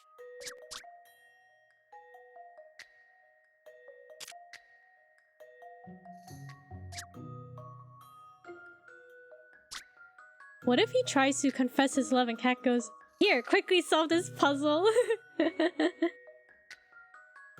He's like, Katrielle, Miss Layton, I really like you. And she's just like, you know, That reminds me of a puzzle. right?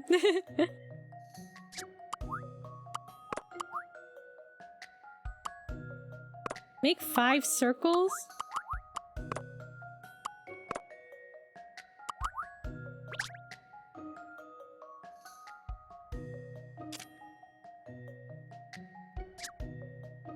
Wow, I really like me too, honestly. Wow, I really like me too, Ernest.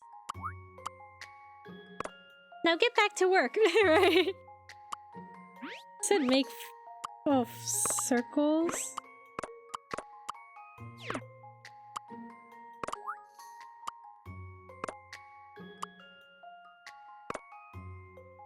Make a circle. Wait, might make 5 circles? Is this our 5 circles here?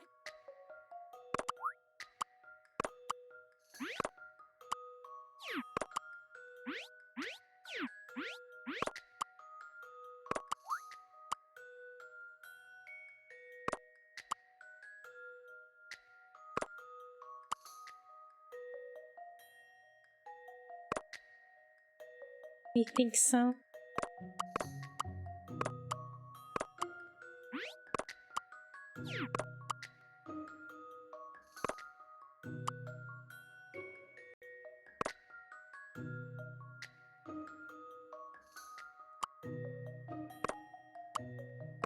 How perfectly does it have to align? Is this good?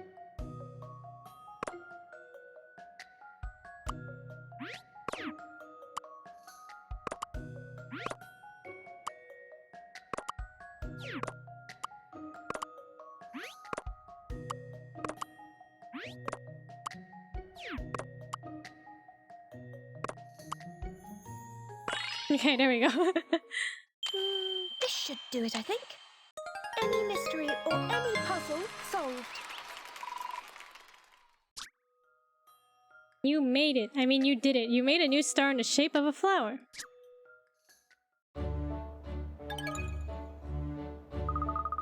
That was a fun puzzle. I'm glad I spotted it before it disappeared in a puff of smoke.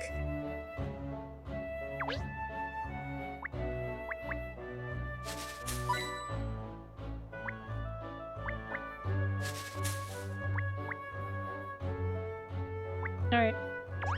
Let's talk to some people. Ciao Bella, Signorina. I've been waiting expectantly for you to visit us again. I'm sure Miss Layton doesn't appreciate your overfamiliar tone. How kind of you, and good evening. Actually, I was hoping to ask you a few questions. Have you heard heard about the couple who went missing in the Thames this morning? Of course. Vic and Tim are both regular customers of ours. Ernest is jelly. It's so funny. Look at him. He looks so angry. He looks so displeased. I see. They come here together on dates, you mean? No. They always come with friends. I don't think I've ever seen them here on their own as a couple. Really? Well, thank you for your time. You aren't dining with us today, Signorina? Such a shame. Well, don't be a stranger. Ciao, ciao.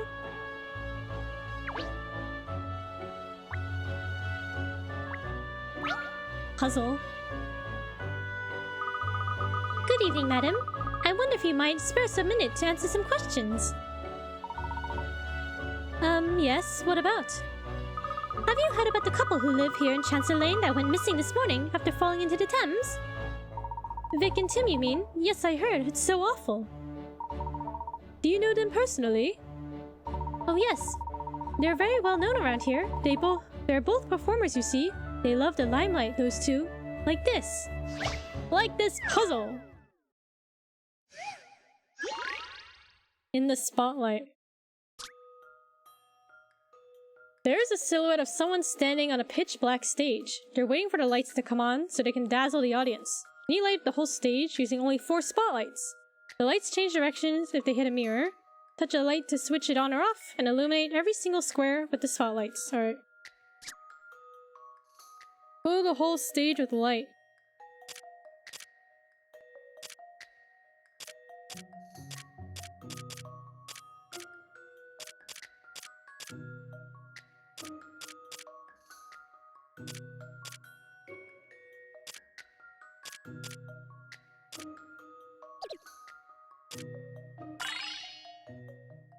It's Michael Jackson.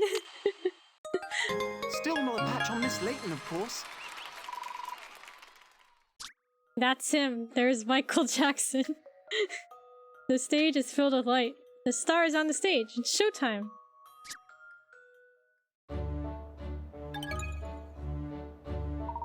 Well done, you solved it. You're very good, aren't you? Can you tell us more about the couple in question now? Yes, Vic and Tim are both star performers in musical theater. They're both actors, you mean? Yes, and very talented singers and dancers. They have that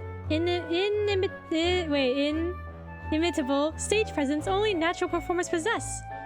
You can't tell me the silhouette didn't look like it. No, I believe you. It did look like Michael Jackson. The pose, right? It's a terrible blow for the West End, this. There's a suggestion that Tim was pushed. Do you think it's possible someone bore him a grudge?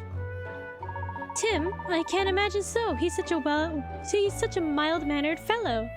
And I saw Vic just yesterday. She didn't seem any different to normal. I just can't believe she would have thrown herself into the river. Really? You saw her yesterday? That's right, at Lipsky Patisserie. Vic absolutely adores the cake there. Vic absolutely adores the cakes there. I can't bear it when I think of Vic's face lighting up at the prospect of one of Alex's cakes. I have to believe they're both alright. They'll be found soon, surely. They'll pop up again somewhere, won't they? Let's hope so. Thank you for your time, madam. Oh, and you're welcome. I'll keep on praying for a miracle. Would someone who was so excited about a cake only a day earlier really have thrown themselves into a river the following day? It could have been a final farewell treat to herself. Of course it couldn't. No matter how depressed you were, a delicious cake would always put you in a brighter frame of mind. Not everyone thinks like you do, Kat. Thank goodness. Well, we've at least ascertained that Vic paid a visit to Lipsky's yesterday. Perhaps Alex might know something useful. Yes, you're right, Ernest. We should go there at once and see what we can glean. If he still has some of the cakes he sold Vic yesterday, we'll obviously have to sample it. How did I know you were gonna say that? I want cake now, me too. I don't think it works like that. What? Don't you eat cake and just feel better about life? At least for like 3 seconds, you're like, oh, cake, life is good. Doesn't it fix your problems for 3 seconds? Okay,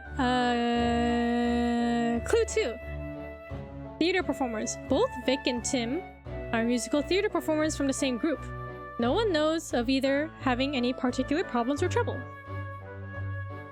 For 3 seconds, true. 3 seconds before the regret of all that sugar kicks in, true.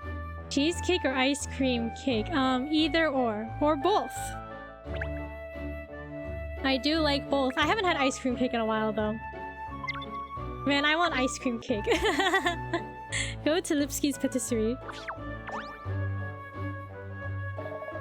Un momento, por favor, signorina. Oh, hello again. What can I do for my favorite waiter? I have a small problema. I was hoping you could help me with. Oh, is this okay? There's a mini game, right? You see, recently we had started to offer diners a special ideal meal service at the restaurant. Favorite, yeah, her favorite waiter. They tell us what they like and we create the perfect assortment of dishes for them, but it isn't going so well. Huh. Dare we inquire as to why? Well, our chef is a world-class cook, but he isn't so good at understanding what the customers want. With your powers of deduction, Signorina, you could devise the perfect menu for any of our diners. After all, you are a detective. It's your business to work things out about people, no?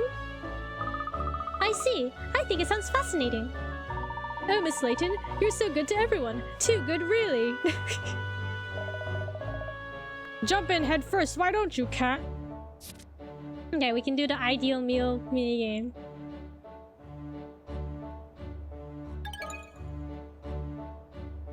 Do we have any? Okay, the ideal meal. Okay.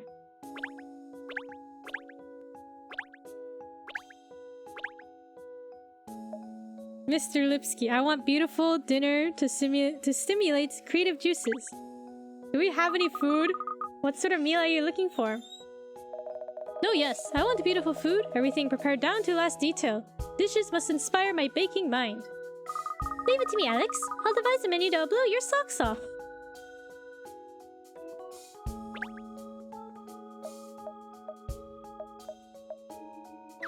Quite a few choices, right? Wait, what did he say? Beautiful dinner? At least you aren't dealing with a lunch rush, true.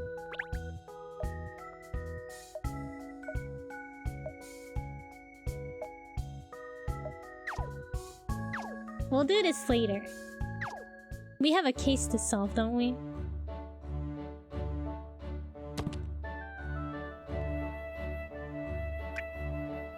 We got some cakes to look at, right? That smell! And look! These biscuits are fresh out of the oven! She's like a little puppy when she comes in here. Thank you for the stretch. Thank you for the posture check. And thank you for the hydrate. Okay.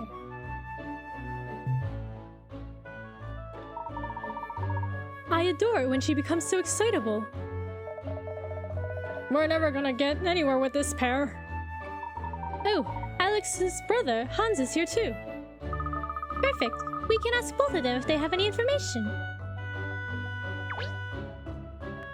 Okay, ask the Lipsky brothers if they know anything. Good evening, Hans. Ah, Honey Layton again. I am sorry about Big Ben incident. I learned my lesson. This is about something else, actually. The couple who went missing in the Thames this morning. Vic and Tim, I hear they are washed away in river. Are they friends of yours? No, yes. I made some props for their theater productions sometimes. You did as well. I say, you are a man of many talents, aren't you, Mr. Lipsky? Do you maybe know something that might help us with our investigation? I just realized your name. Victim? Oh my god. You're right. Vic and Tim. I was like trying to think like, is there anything interesting about their names? Victim. Oh my god. Perhaps they had a problem that you know about, or they were worried about something. Sorry, they never say nothing like that to me. I did not even know they were together as a couple. But they were? Well, if they were planning to take part in show devotion tonight, then yes. Show is only for couples, but I did not know they were going out. Really? They never told this to me or anyone else in theater group. Maybe it was big secret? Well, if it was a secret, taking part in the show of devotion would have somewhat blown their cover. No, yes. That is why I'm surprised. A secret. A puzzle? I thought it was weird that they called her Vic and not Victoria. That's true. Victim. Gosh, I've just spotted a puzzle in amongst Mr. Lipsky's delicious treats here. I wonder if it's edible. An edible puzzle. Delicious. Oh, I don't know, miss. I think perhaps it would be more satisfying to solve it rather than eat it. An edible puzzle. Sweet suits. The sweet shop has got some sweets in that have 2 layers. One pink, one blue. And each side is decorated with a suit from a deck of cards. The shop stocked 4 sweets, and as you can see from the pictures, none were sold on day 1 or day 2. On the 3rd day, 1 was sold. Look at the pictures to work out which suit is on the pink side of the sweet that was sold.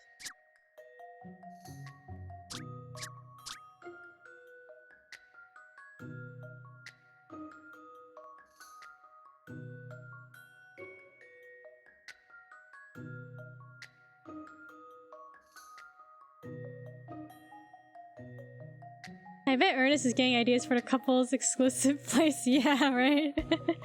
The words ain't wording in my head. Yeah, I was like, huh? What did I say?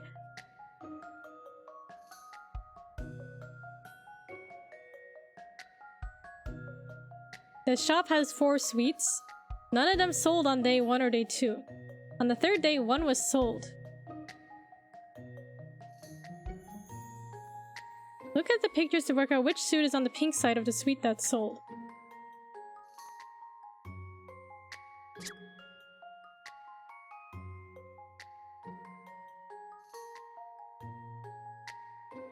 Of this, we're looking which one's the pink. Which suit is on the pink side of this one right here? Is that what it's asking?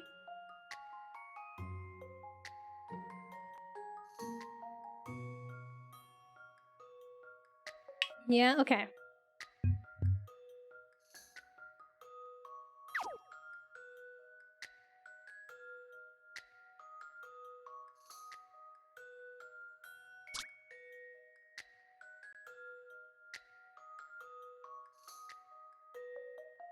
Each side is decorated with a suit from a deck of cards.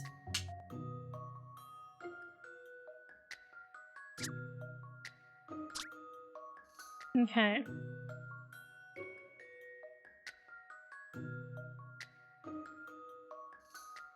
How am I supposed to figure this out? Based on the pictures, let's see.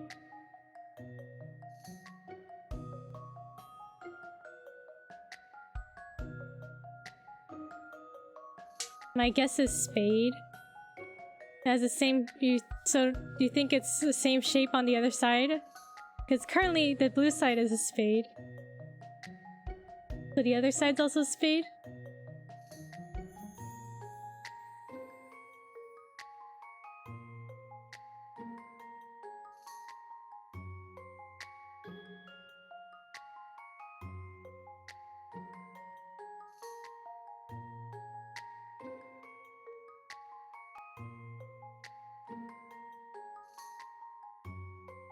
Never mind, okay.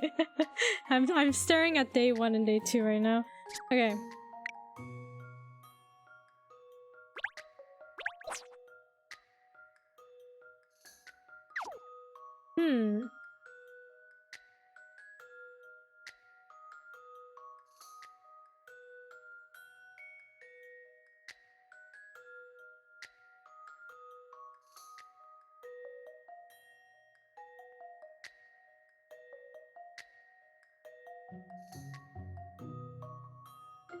Club?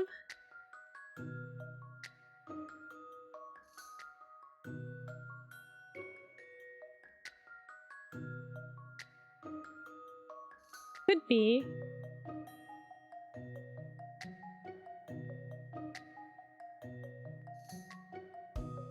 Wait, so...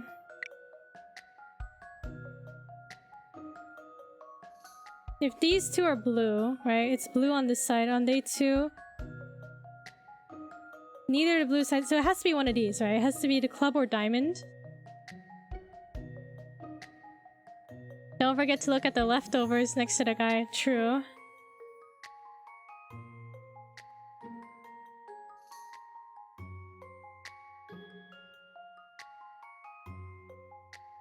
So if the leftover is here, so it's club, a pink club.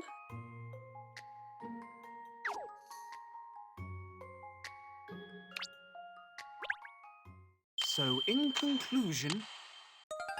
That's a relief. I wasn't entirely sure. That's a relief. Okay.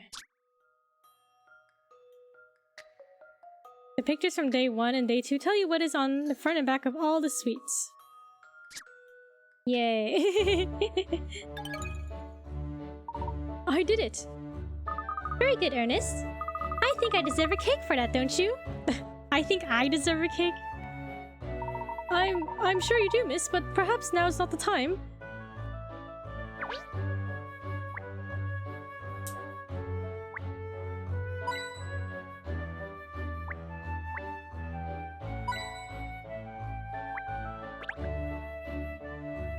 This isn't a normal teddy bear, is it? You can eat this as well, can't you?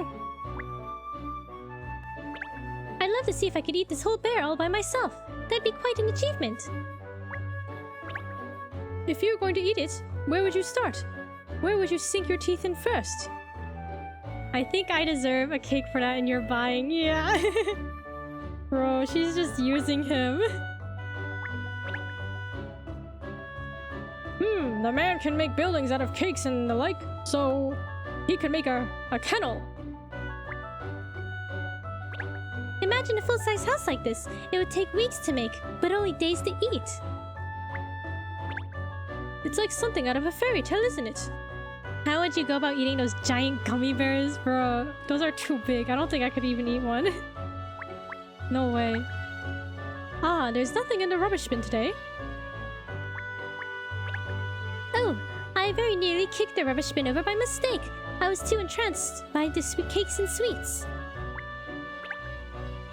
This really wasn't the best place to throw away secret plans, was it? Yeah, from the first case, they threw away some evidence here. I think I got halfway through one. Bro, how big are they? Because aren't there different sizes? Like, I've seen... I think it's pretty big, right? If it's the one I'm thinking of. But I remember I saw this, like... a gummy snake. It's, like, really big. Hello, detective. Welcome. Do you come to buy some of my wonderful cakes? Yes! No! Oh, no, actually. We're investigating a case, and I was wondering if you might have some information that could be relevant. Life-size gummy matcha, when? Gummy matcha, that's too big. Aren't there, like, gummy rats that are, like, about the same size, though? Probably as matcha. Also, remind me, remind me to look up that giant gummy snake. What would I even use as a scale to describe it? What's the height? How many inches? This is in reference to Vic and Tim, by any chances? Do you know them, Mr. Lipsky? No, yes, they live near here. I know their faces, and they come here often to buy my cakes. Vic is in love with my profiteroles. I can't believe they are both missing. Thames is a dangerous river. Vic's family are in shock by this news, I think. Oh, do you know her family as well? No, yes. In fact, I just took order from them for profiteroles. I don't know how to pronounce that. Really? They're ordering cakes when their daughter is missing? I thought it was strange, but they made orders, so I delivered. And how did they seem when you made the delivery? They didn't say nothing to me. They just take profiteroles and close the door. It's large boulder the size of small boulder. I don't remember the exact measurement. How is it compared to Nintendo Switch? How big is it? Very intriguing. The Lipsky brothers gave us some rather juicy information there, didn't they? Not half as juicy as his macaroons. Look on that shelf over there. Not now! Why not? Alright then, let's see if there's anyone else on Chancellor Lane who might have some information for us. I don't even remember the size of the Switch, bro. What do we compare to then? Monster Energy Can. How tall is it compared to Monster Energy Can?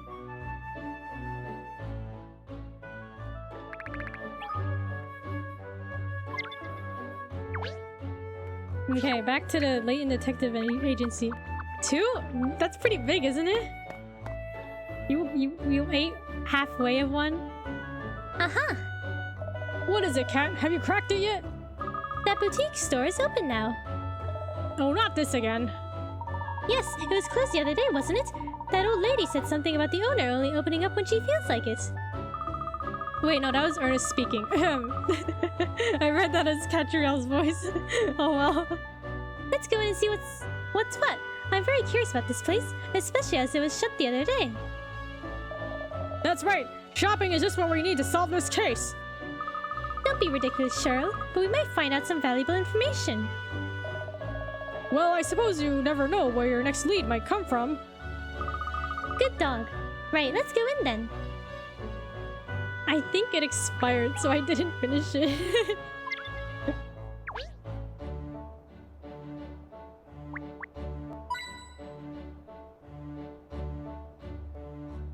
Bro, like, I don't know if I could eat that much gummy.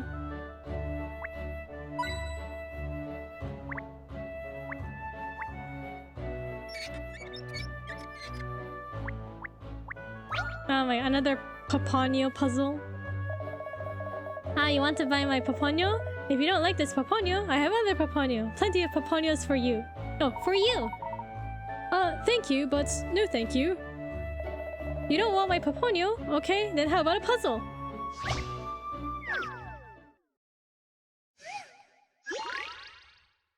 Hoopla. Hoopla. Like the Pokemon? I guess it's Hoopa, isn't it? Roll up, take your chance at the game of Hoopla. But this is Hoopla with a twist. Not only do you have to get the hoops to land over the pins, but you also have to throw a different number of hoops around the pins according to what color they are. Use the 4 rings to place 1 ring around each blue pin, 2 rings around each green pin, and 3 rings around the red pin. Slide the hoops to pick them up and place them on the board.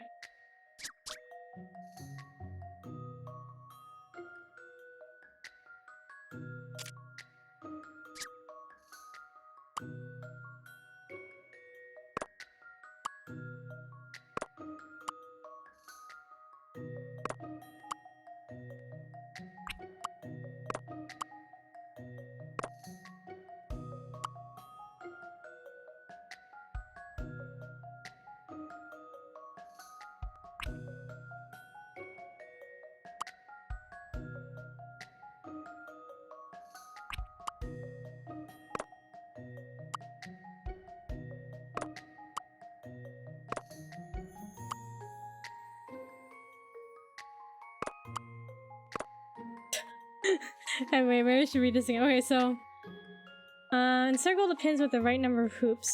1. That has 2. 2.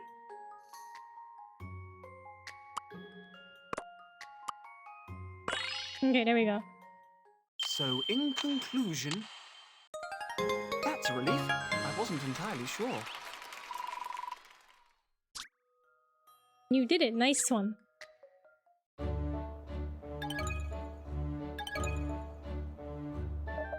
Congratulations! Now I perform for you, my special Paponio dance. It goes like this, see? Pop, pop, pop, pop, pop, pop, pop. Isn't this just the Hatsune Miku song? Poppy, poppy, pop, poppy, pop, right? Why do I come back to a man in a bunny suit? Don't worry about it. Even I'd fall over trying to do that, and I've got spare legs. When I was a young boy back in Sangrio, I won a champion Paponio Bopper in the neighborhood. Paponio.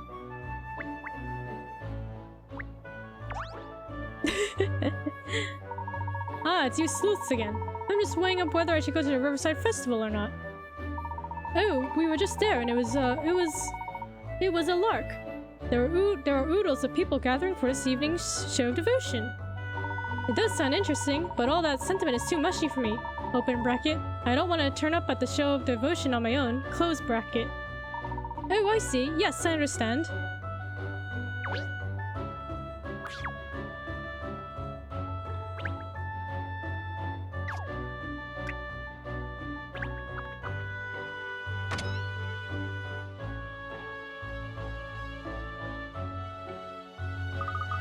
Look at this range! Complete outfits, hats, accessories. I'm sure you look delightful in anything at all, miss. I love to browse, but the investigation has to come first at the moment. Let's ask here if anyone knows anything.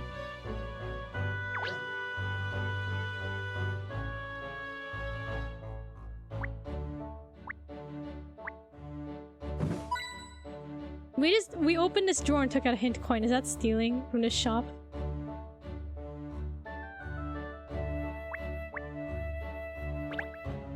I love the bright colors on this jacket.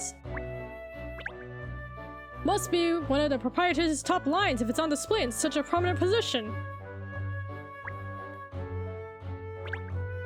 Oh dear, I've looked at the price and it seems rather steep.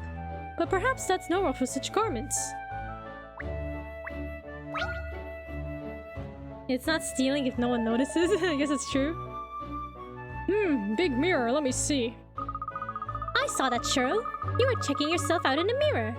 Making sure your coat looks sleek and your ears aren't inside out. No, something just caught my eye, that's all. Ah, it's a puzzle. Perfect timing. I was starting to feel like a bored collie.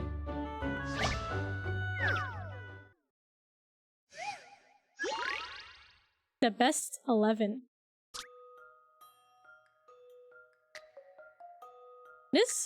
This lot love football, but their team is full of useless players. That they're known as H10, the hopeless 10, bruh. Useless. Yes, they only have 10 players. Can you move one match to turn them into an 11-player team? Slide the match to move it, touch to rotate. I feel like this is a classic, like, latent puzzle, right? They're just like me, for real, hopeless. How do we make 11? Let's see.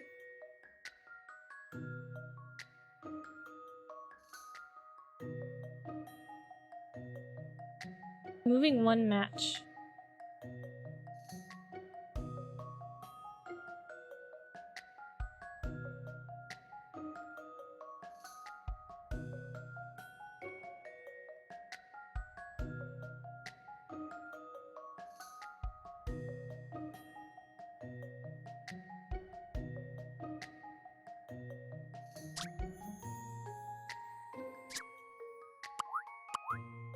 We can also rotate it too.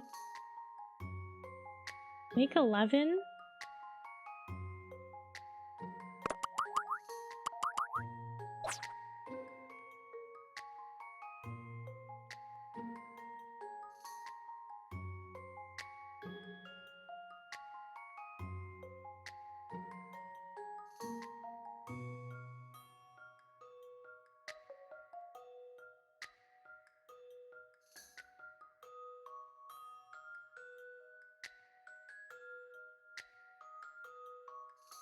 Does rotating count?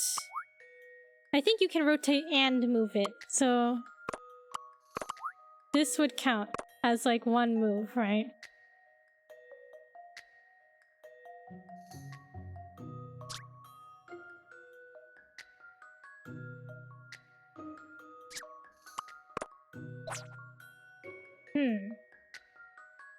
What? Okay, make 11. So 11 can either be 2 ones.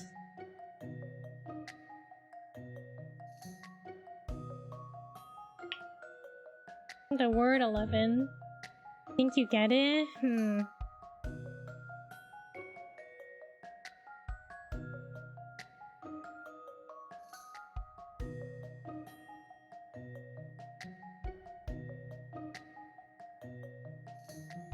I'll see it. Let's see.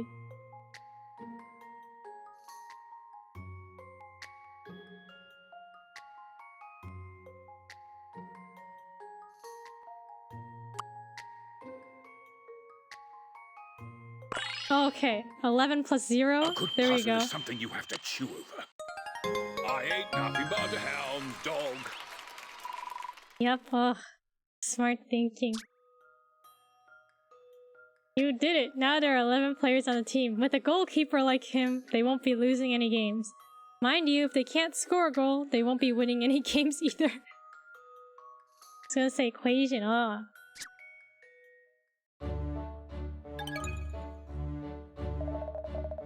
that was a decent puzzle worth doing. Now then, where's that annoying tuft? Cheryl, when were you last groomed?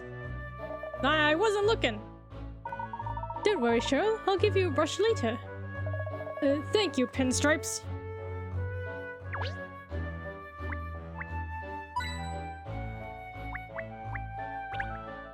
I say, the lady who runs this place certainly stocks a lot of hats, doesn't she? Hats make my ears look stupid. Otherwise I'd be snapping these up, obviously. Hats, of course, are the height of fashion. Anyone wears a hat. That's right. Hat-tastic. That's right.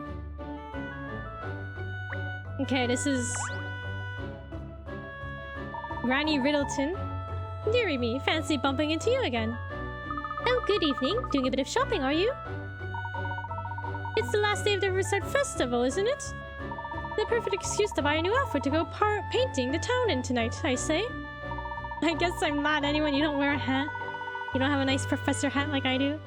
I'm especially excited because of all the hard work Pipper, that's the mayor, you know, has been putting in this year. Mayor Loanida, are you friends? Oh, dearie me, yes, we go back a very long way. She was often at high society dues with her father back when I was a young spring chicken myself. Ahaha. So Miss Loanida is from a wealthy background?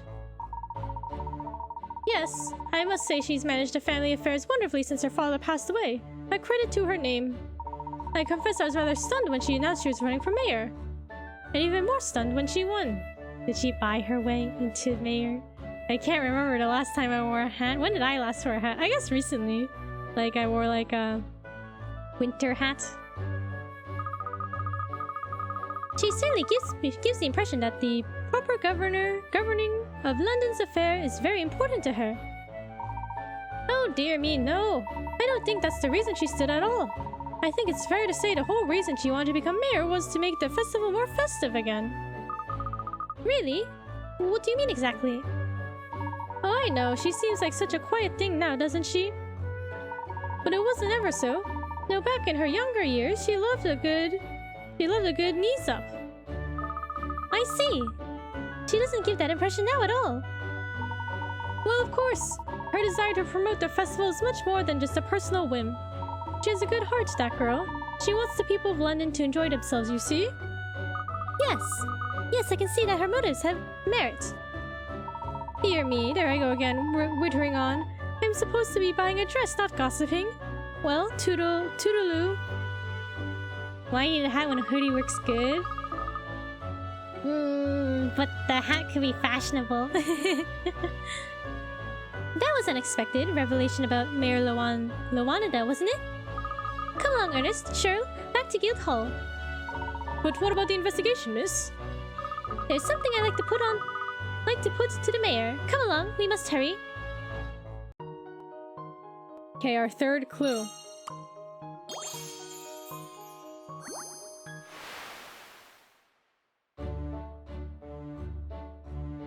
Though cool and collected now, Mayor Loanida was once a lively, festival-loving girl.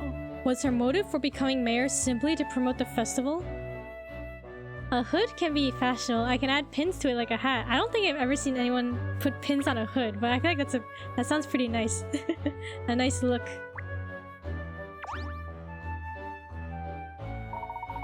Hello. Feel free to look around, won't you? Thank you. I wonder if we could ask you about the incident that occurred earlier today at the Riverside Festival? I'm afraid I really have no interest in the festival. I've heard about it, but I don't know anything about it. Or any incident for that matter. Miss Price.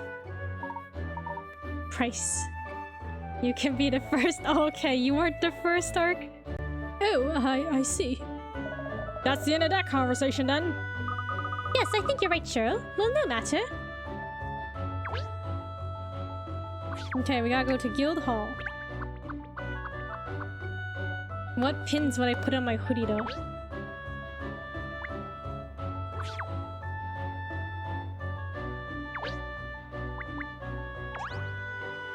Never said I do that. I said it's a possibility, but you could be the first. Think about it.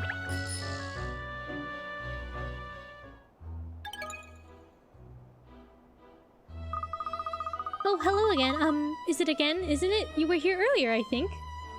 Yes, that's right. We'd like to speak with Mayor Luanada again. I just took some papers to the mayor in her chamber a few minutes ago. She, has a visitor at the moment. A visitor? Oh dear, that's inconvenient. I really need to speak to the mayor at once. The mayor often has visitors, I'm afraid. Like that, young couple who always... Here, A young couple, you say? Yes, I, think they work in theater, or maybe not. I'm not sure. I had a feeling I recognized their faces from the stage. I just can't, remember their names. Vic and Tim, perhaps? Yes, that's it, that's them. They've, been visiting the mayor, almost every day recently. And you know, it all seems to be rather, hush-hush. What they're talking about. Oh, I'm sure I'm just imagining things. Well, maybe I am anyway. Hush-hush! Sounds sus to this pup. Sounds sussy. But I'm kind, so you can have the idea. And you're a certified fashion dreamer fashionista. Perhaps. I'll put pins on my hoodie. So the two missing persons were both friends of the mayor? Miss Layton, this could be a vital clue. I suspect there's more to this than meets the eye. Come along, we must quiz Miss Luanada at once. Oh, but I think the mayor is still busy with her, previous visitor. I'm afraid this matter is very urgent. Who is this visitor anyway? I think it was someone from Scotland Yard. A profiler, was it? A profiler? You don't mean Emiliana Perfetti, do you? Yes, that's right. She said she had some questions for the mayor. Not that old sourpuss again. Emiliana visiting the mayor. Presumably this means she's also working on the case. Well, if we're all talking about the same thing, then they won't mind if we barge in. Okay, fourth clue.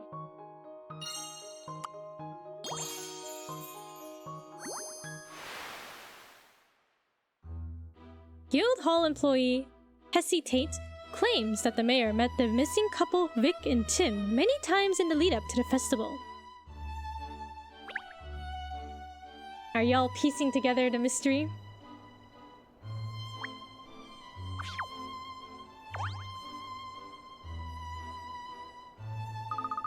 Excuse me, this is a private meeting.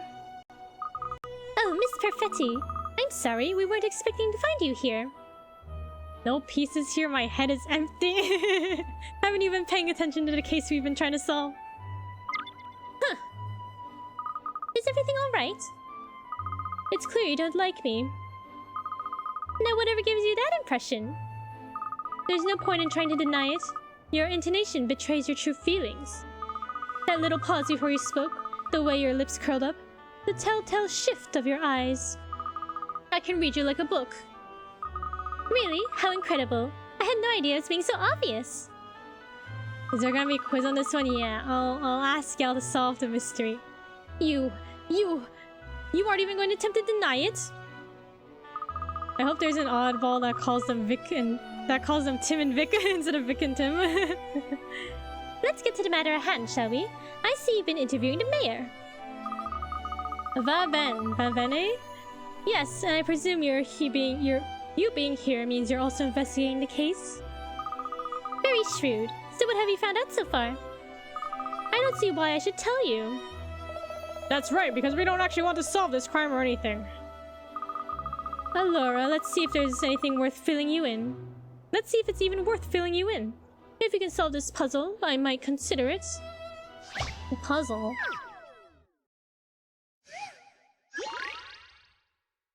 Point the finger. Okay, here we have 9 people. Some good guys and some bad guys. If the good guys have a bad guy next to them, they will point at them. Otherwise, they will fold their arms. Whereas the bad guys always point at someone, whether that person is good or bad. Touch a person to mark him as a bad guy. Touch again to remove the mark. Place markers on the 2 bad guys hiding in the group. The sigh of immediate defeat, yeah. I saw the text and I was like, oh god. Okay, good guys and bad guys. If good guys have a bad guy next to them, they will point at them. Whereas bad guys always point at someone. Wait, otherwise they will fold their arms. Bad guys will always point at someone.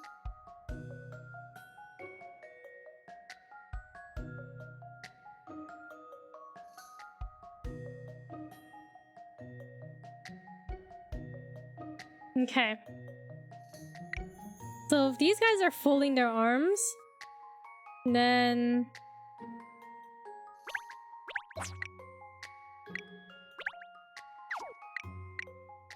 not them. And... they will fold... okay, they will point at the... so there's... these guys are good, I guess, because they're not being pointed at, right?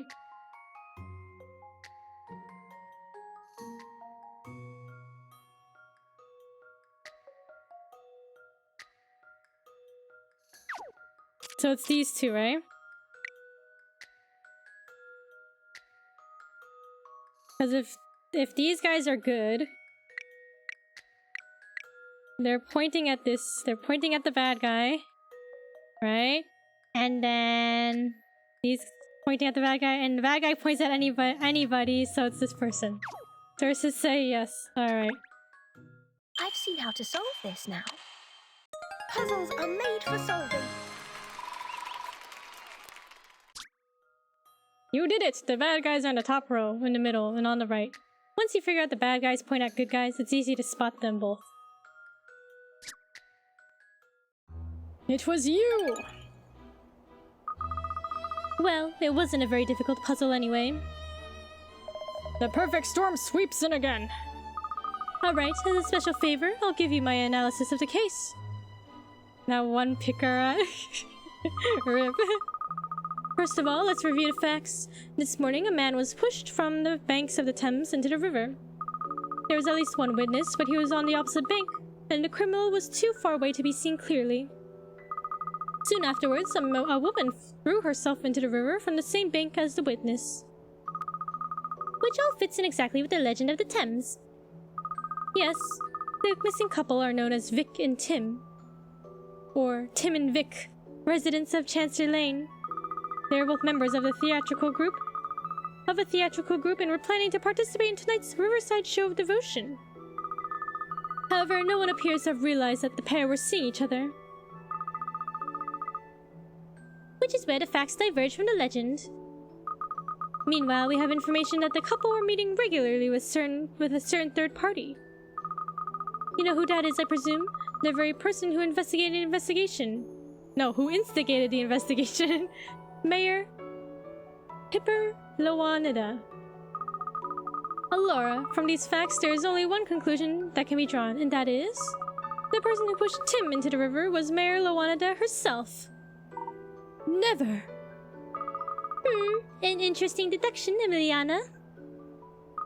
I admit there's some facts missing at the moment, but all the evidence points to Mayor Lowanida. There's just one vital factor missing that would incriminate her beyond doubt. A motive, you mean? Yes, I see you and I are on the same page. Naturally, I've explored the possibility of the criminal being someone else. Usually I get a clear profile of the culprit from the case background and evidence surrounding the victims. But this time the profile isn't coming together. There's no evidence. But if there was, then she did it, right? And here she is being all like, we need hard evidence. But she's like, but like, I don't know, we have like 80% of the evidence and it's probably her.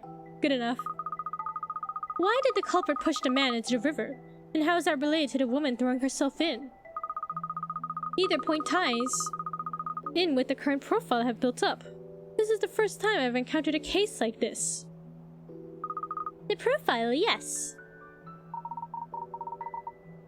It sounds like you're struggling a bit, Miss Perfetti. Struggling? Me? The more challenging the case, the more I shine. Did she say shine or wine? I don't know which one I heard. I love this girl's intensity. Yeah, she's super like... She's the opposite of Katrielle, isn't she? The fact that the profile doesn't fit some key facts about the case is an important piece of information in itself. All I need to do is work that back into my analysis and build up a new profile. So I must get back to the yard.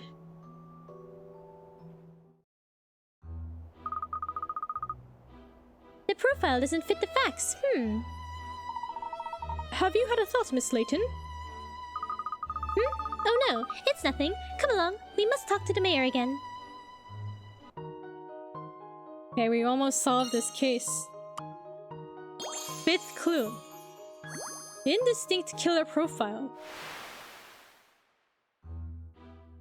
Even expert profiler Emiliana Perfetti is unable to produce a distinct profile of the killer in this case, which in itself may indicate something. I appreciate your voicing of her too. Oh, thank you. I wasn't sure what kind of voice to do for her. Alright, shall we... She's still here. All my analyses isn't giving a consistent profile. That in itself should tell me something.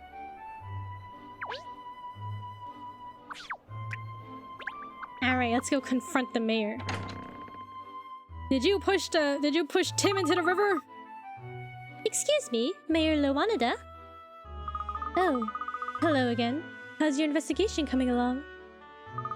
Very well, thank you. I think we're nearly there. I'd just like to ask you 1 or 2 more questions, if I may.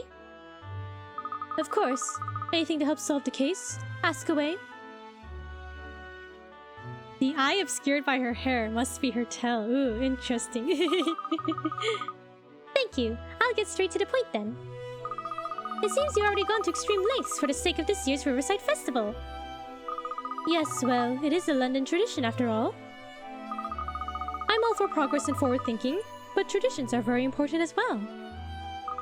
I hear that you undertook a lot of planning yourself, and that you wanted to reinvigorate the festival in a way. Yes, I'm afraid I'm not good at delegating. I always want to do things myself whenever possible. I also understand that you've been having lengthy discussions with some of the participants in the show Devotion.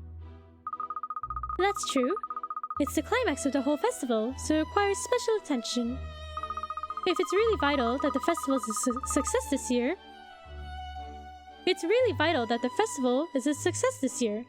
That's why I have planned to... That's why I've had... Can't read.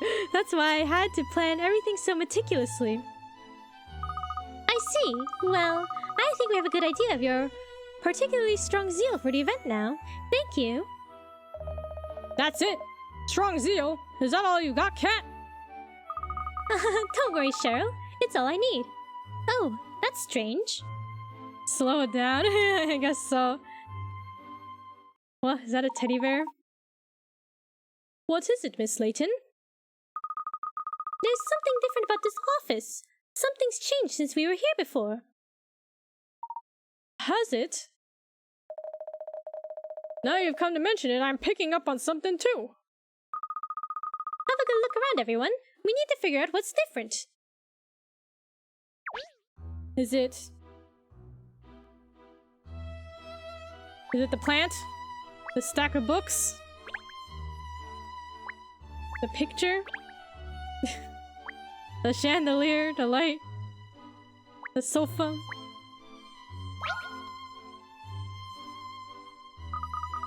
Ah, this teddy bear wasn't here before, was it? Oh, isn't it cute? I must say though, it doesn't really fit with my image of the mayor. I suppose you wouldn't expect to find a cuddly bear in an office of a go-getter City of London mayor, would you? It's obvious she doesn't read. Those books haven't moved at all. The truth is, threadbare as he may be, this old friend helps me relax when things are getting a little hectic. It does seem a little out of place here. You seem so self-assured and confident. Do I? Well, I've had quite a few soft toys I was fond of when I was a little girl. I had one like this too. What? Why is this puzzle relevant? Rainbow Rabbit. Looks like this cuddly rabbit needs a bit of color.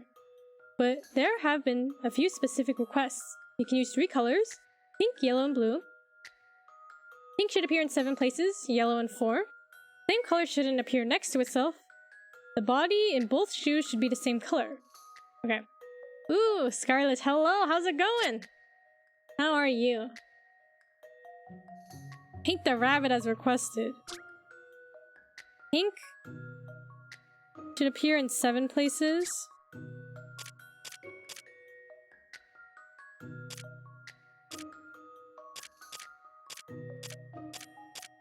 Maybe it isn't the belly. Hold on.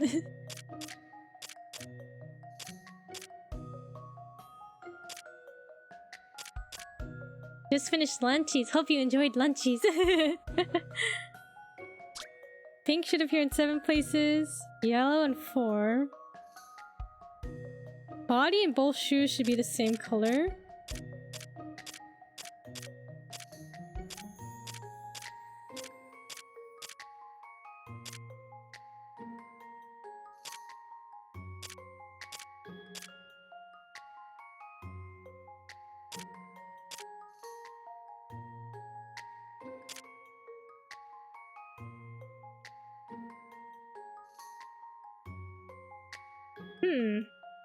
Wait, pink needs to be in 7 places?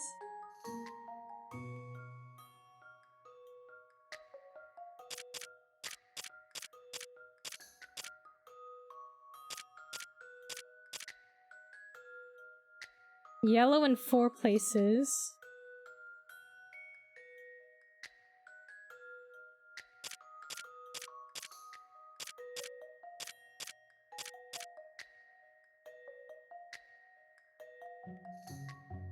The blue and yellow make him look like a chow. And chows are pretty cute, aren't they? Okay, pink in 7, yellow in 4. 1, 2, 3, 4. Body and both shoes should be the same color. Right? This looks correct. This should do it, I think. And that's how it's done. What a colorful rabbit. Looks like it's just the way she wanted it. Were we using fabric paint or something on it? I had a feeling that wouldn't stump you. My father bought this bear for me. Actually, it was at the Riverside Festival, from one of the street stalls there. Ah, so it has a special meaning for you then? Yes, that's right, especially as my father is no longer with us. He was a very busy man. He used to work extremely hard, but even so, he always made time to take me to the Riverside Festival. I loved the festival and the times I spent at it with my father. Ah, so many memories. Yes, there's no greater treasure than memories of your loved ones, is there? Absolutely, and I'm sure lots of Londoners feel the same way about the festival. People in the city have been making wonderful family memories at it for years now. Which is why it's such a terrible shame that attendance has been falling in recent years. The idea of abolishing it altogether is just abhorrent. I have to preserve my precious memories. The festival must be a success. Are you alright, Miss Loanada? Oh, I do apologize. I don't usually let myself get quite so animated. Please don't apologize. It's nice for us lesser mortals to see that even someone as cool and collected as you loses a little control occasionally. I want to go to the festival now too. Me too. We can watch the show of devotion or whatever it is.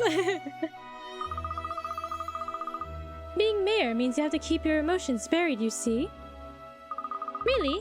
I would have thought it's better to be true to yourself in a role like yours. Maybe some of us are a little too true to ourselves, eh, Cat? Ah, I've had a good idea. I'd like to show you something rather special. Oh? Something special? Yes, there's a balcony just outside here. Would you join me out there for a moment? A balcony? Is she gonna push us? To the balcony. This dog.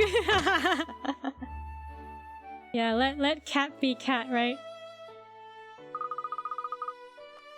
Well, what do you think of my view? Aren't the city lights beautiful? It's like all the stars have fallen from the night sky and landed in London. Yeah, I was gonna say, was she gonna push you too? Now that's a view! And you can see the festival grounds from here too. Look. So you can. The festival lights look lovely as well. They do, don't they? It's just a shame that year by year there have been less lights and less people enjoying the event. But see how bustling it is this year. All those people who'd forgotten about the festival over time have come back again this year. And I feel confident now that next year there will be more people again, and even more the year after that. Parents bringing their children, and in future those children bringing their own children. That's all I wanted. This year's Riverside Festival is going to be very special indeed.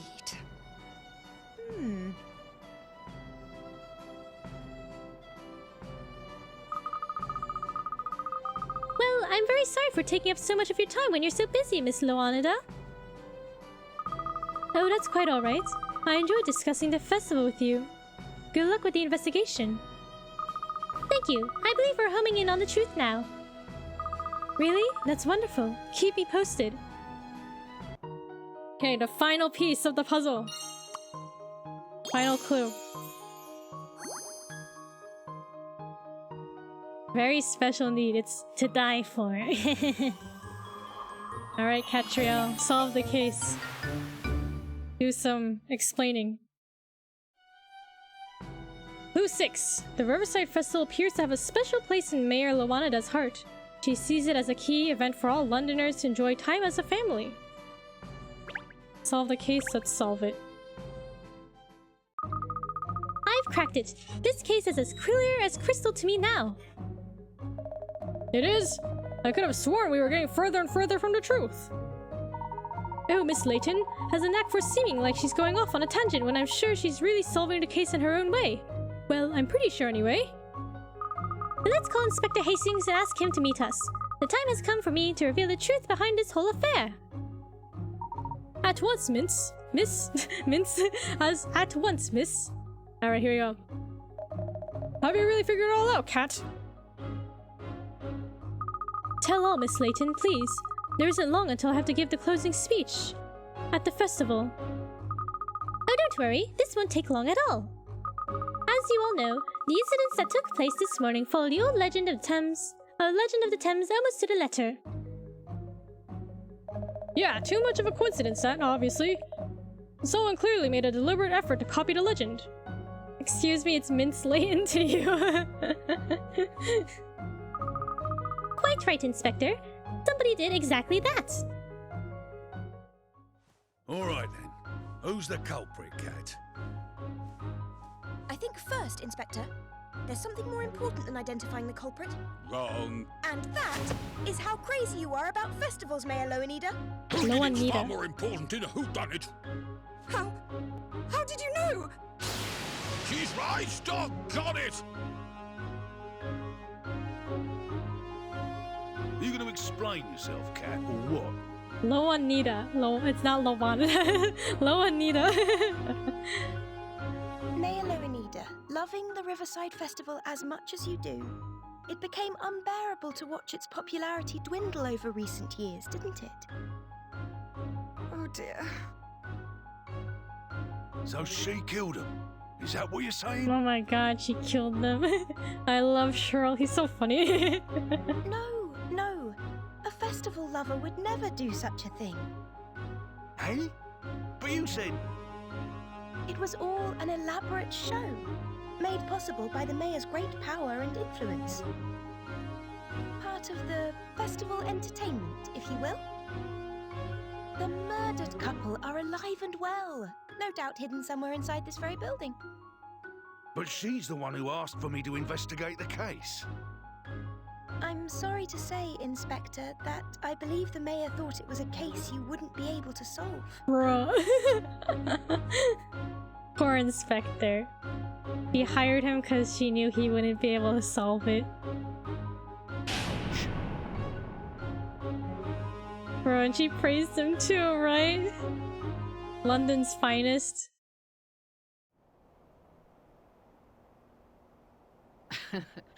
Well, Katrielle, I see you're quite the entertainer. Quite the entertainer. It's been an eventful festival, that's for sure. And a successful one, too. Yes. I'm delighted that my last festival as mayor hasn't been a flop. Thank you, Katrielle. Her last festival? Are you retiring, Pippa? Yes, I must. I've abused my position as mayor. I just couldn't bear the thought of the festival my father always took me to being abolished, you see. But I've let everyone down. I see. Well, I'll be sad to see you go. Mayor Loweneder, thanks to you, this year's festival enjoyed a record-breaking turnout. There's just one little problem. Oh? What problem? A problem? Have a gander at this. Goodness me, what? It's a proposal put forward by some of London's youth. They want the same performance you cooked up this year to happen every year, only bigger. He's not a murderer if it didn't happen. They're suggesting calling the old love story thing the Riverside Musical, and they're planning massive participation from youngsters all over the city. Youngsters. It's always hard to get the young people to participate, right? I just don't believe it. I think London still needs you at the helm, Mayor Loweneder. After all, no one loves this city like you do. And it looks like next year's festival is gonna take some planning. Oh, Inspector Hastings, I don't know what to say.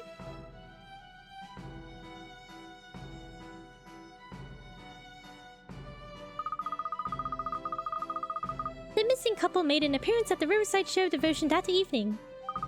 They explained everything that had happened. The festival was an unprecedented success, attended by more people than ever before, thanks to Mayor Loweneder's hard work. So it looks like as though the festival will remain as one of London's great traditions, as a place where families can gather and make memories together that will last them a lifetime.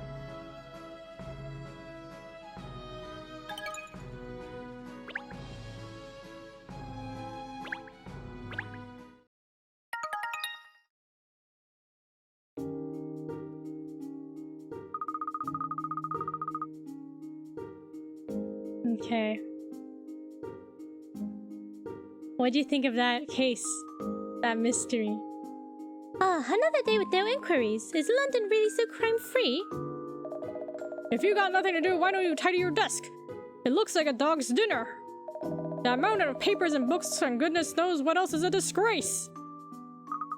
Don't you worry, Cheryl. I have a system. I know exactly where everything is. Miss Layton, Miss Layton. If I was a detective, I would have arrested her after that insult. Well, poor Inspector Hastings. It was cute. Yeah. It's cute. I like Ernest being like, oh, maybe... He's like waving across the river for Katrielle and she doesn't notice him. Goodness, what is it, Ernest? Don't tell me the people of London have finally cottoned onto me. Are they queuing down the street? Oh, I do wish they were, miss, but sadly no. Oh, well, that's a relief. Yeah, it would be terrible for business if we actually had some clients. Think about it, Cheryl. If people were queuing up to see me, I'd have no time for my afternoon tea. We need to get you some motivational training. It's not about being motivated. I'm holding back so I'm ready to respond with pep and verve? Pep and verve? Verve?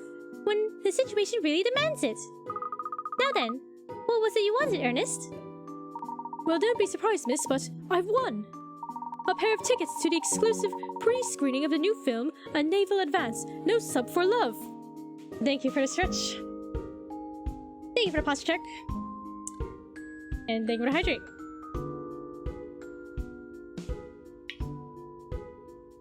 Ernest won tickets. Really? That's great, Ernest. So, I was thinking perhaps you and I could go together, maybe? I mean, well, not as a work thing. I don't know. Oh, please, miss. It's a Maverick D. Rector film. I bet it'll be spiffing. One and totally didn't buy. Yeah, did he? I mean, it is an exclusive pre-screening. But, like, I don't know. Maybe he, like, knew someone. Maverick Director? Is he a famous filmmaker or something? Wait, Maverick? Director. Oh, yes. He's the man of the moment in the film industry, miss. He breathed new life into the whole romance genre with his seminal work, E.T., the extra hungry terrestrial and the attack... E.T., the extra hungry terrestrial and the attack of the munchies. It's sus to want to work with for someone you have a crush on. That's true. Like, isn't that like... I don't know, isn't that... I don't know how to describe it, but like, yeah, it's definitely sus, isn't it? I get it, director. Yeah, director. E.T. Extra hungry terrestrial. Conflict of interest. If that's a real film, I'm a professor of archaeology. It's got everything, Cheryl. Suspense, drama, animal romance. Really, words can't do it justice. Animal romance. So what's this new film of his about then? A naval advance, no sub for love. Oh, it's about love and emotions, and it's packed with edge-of-your-seat action. And apparently, it has a real twist at the end. Well, I think I feel overwhelmed already. The point is, it's a fantastic film, I'm sure. And there are oodles of famous actors in it, and the sets are supposed to be incredible too. I'm sure you'd love it, miss. Okay, if Ernest was like, I want a pair of tickets to this exclusive film, would you say yes to going with him? It really doesn't sound like my cup of tea, Ernest. Oh my god, she's rejecting him. Oh. Don't give up, Pinstripes. Keep at her. What would pique Miss Layton's interest? I'd say he can take Cheryl instead. Of course. Well, miss, I've also been given a coupon for a free portion of the brand new durian-flavored popcorn, but I don't suppose... Popcorn, you say? I'm with Ark, you tell him to take Cheryl. I don't believe it. I'm in. If I was getting these kind of awkward vibes, I'd sit him down and clear the air. I feel like what I do that, I don't know. Maybe, confrontation's hard, isn't it? That worked, really? I'd be glad to go with you in that case, Ernest. Where's the film showing? When do we leave? She's just interested in the popcorn. Now she's straining on the lead to get there. The preview is being shown at the Savoy? Savoy? It is, yeah, right? Like, oh my god. What's that? A famous cinema? Rather, the Savoy? I don't know how to pronounce it. Cinema, yeah, we're going to the cinema, everyone. The Savoy Theatre is known by film buffs all over the world. It used to be just a run-of-the-mill cinema, but about 10 years ago there was a huge renovation and it turned into a luxury theatre. Since then, it's attracted all manner of cultural figures and celebrities from London. It's considered the heart of British cinema now. Theatre. Maybe it's less painful than awkward advances. Yeah, I guess you shut it down before it gets worse, right? Really? The cinema of choice for London's elite? Now I'm interested. The popcorn at such a famous cinema is surely going to be to die for. But But the film is what's exciting, miss. Leave it, Pinstripes. We all know by now that Cat's ruled by her belly. Of course, yes. A preview screening at such a prestigious location is going to be a big event, obviously. Oh, it is. I heard that as well as the lucky winners like myself, all sorts of VIPs have been invited too. If I knew my life was a video game, I let them be a trope. Oh, not my thing. Really? Well, in that case, I'll have to dress up. As what? I was thinking I just go dressed as I am now, actually. Well, not me. I have to make more of an effort. That's what a gentlewoman does. I'll go and change now. Just give me a minute. Oh, Miss Layton, it's starting very soon, so please hurry if you can. What? It's starting now? I thought it was like, oh, it'll be in a week or something. Just give her a minute, she says. I know humans' minutes are longer than dog minutes, but this takes the biscuit. Oh, Danny, hello. Hope you're well. Nice seeing you. She has been a rather long time, hasn't she? If we don't hurry now, we're going to miss the show. Here I am. Sorry to keep you waiting. Hiya. How many outfits did you try on, Cal? I say, miss. Look how cute.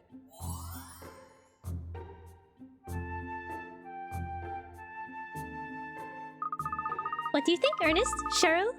Do I look silly in this dress? Silly? It's amazing what a dress can do! What are you saying about me, huh? Well, I was hoping for a little bit of a reaction at least. So sophisticated. There's no way they're gonna think Kat is going with Ernest. Well, never mind. We better get going or we'll be late. Come along. Alright, let's go. Wait, can Cheryl come with us? He's a dog. An angel. Miss Layton is an angel.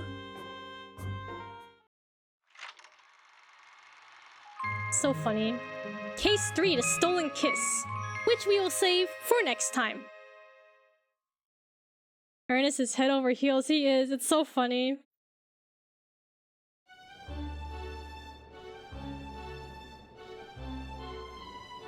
Okay, as soon as we can save, we'll wrap up. Here we are, miss. The save lord. Savile lord? I don't know. The save lord. It is grand, isn't it? Gaudy even. I've never been inside before, actually. I'm a little nervous. It's only a cinema. Yeah, come on, Pinstripes. Are you a man or a mouse? Because she'll eat you if you're a mouse. Cheryl, behave. This just isn't something to be nervous about, Ernest. It's not like when I have to add another book to the teetering pile on my desk. Tidy up! Bad dog. Anyway, enough of that. There are a lot of people here, aren't there? Have they all won tickets, do you suppose? I expect so. It's almost palpable, isn't it? Everyone's dying for the film to start. I know I am. Oh, look, miss. Over there. Isn't that Emiliana? So it is. I wonder if that means something's happened. She could be here investigating. I haven't noticed any kind of commotion or anything. If there was an incident, that would liven things. Never mind. Let's just go and get the information from the horse's mouth. Alright.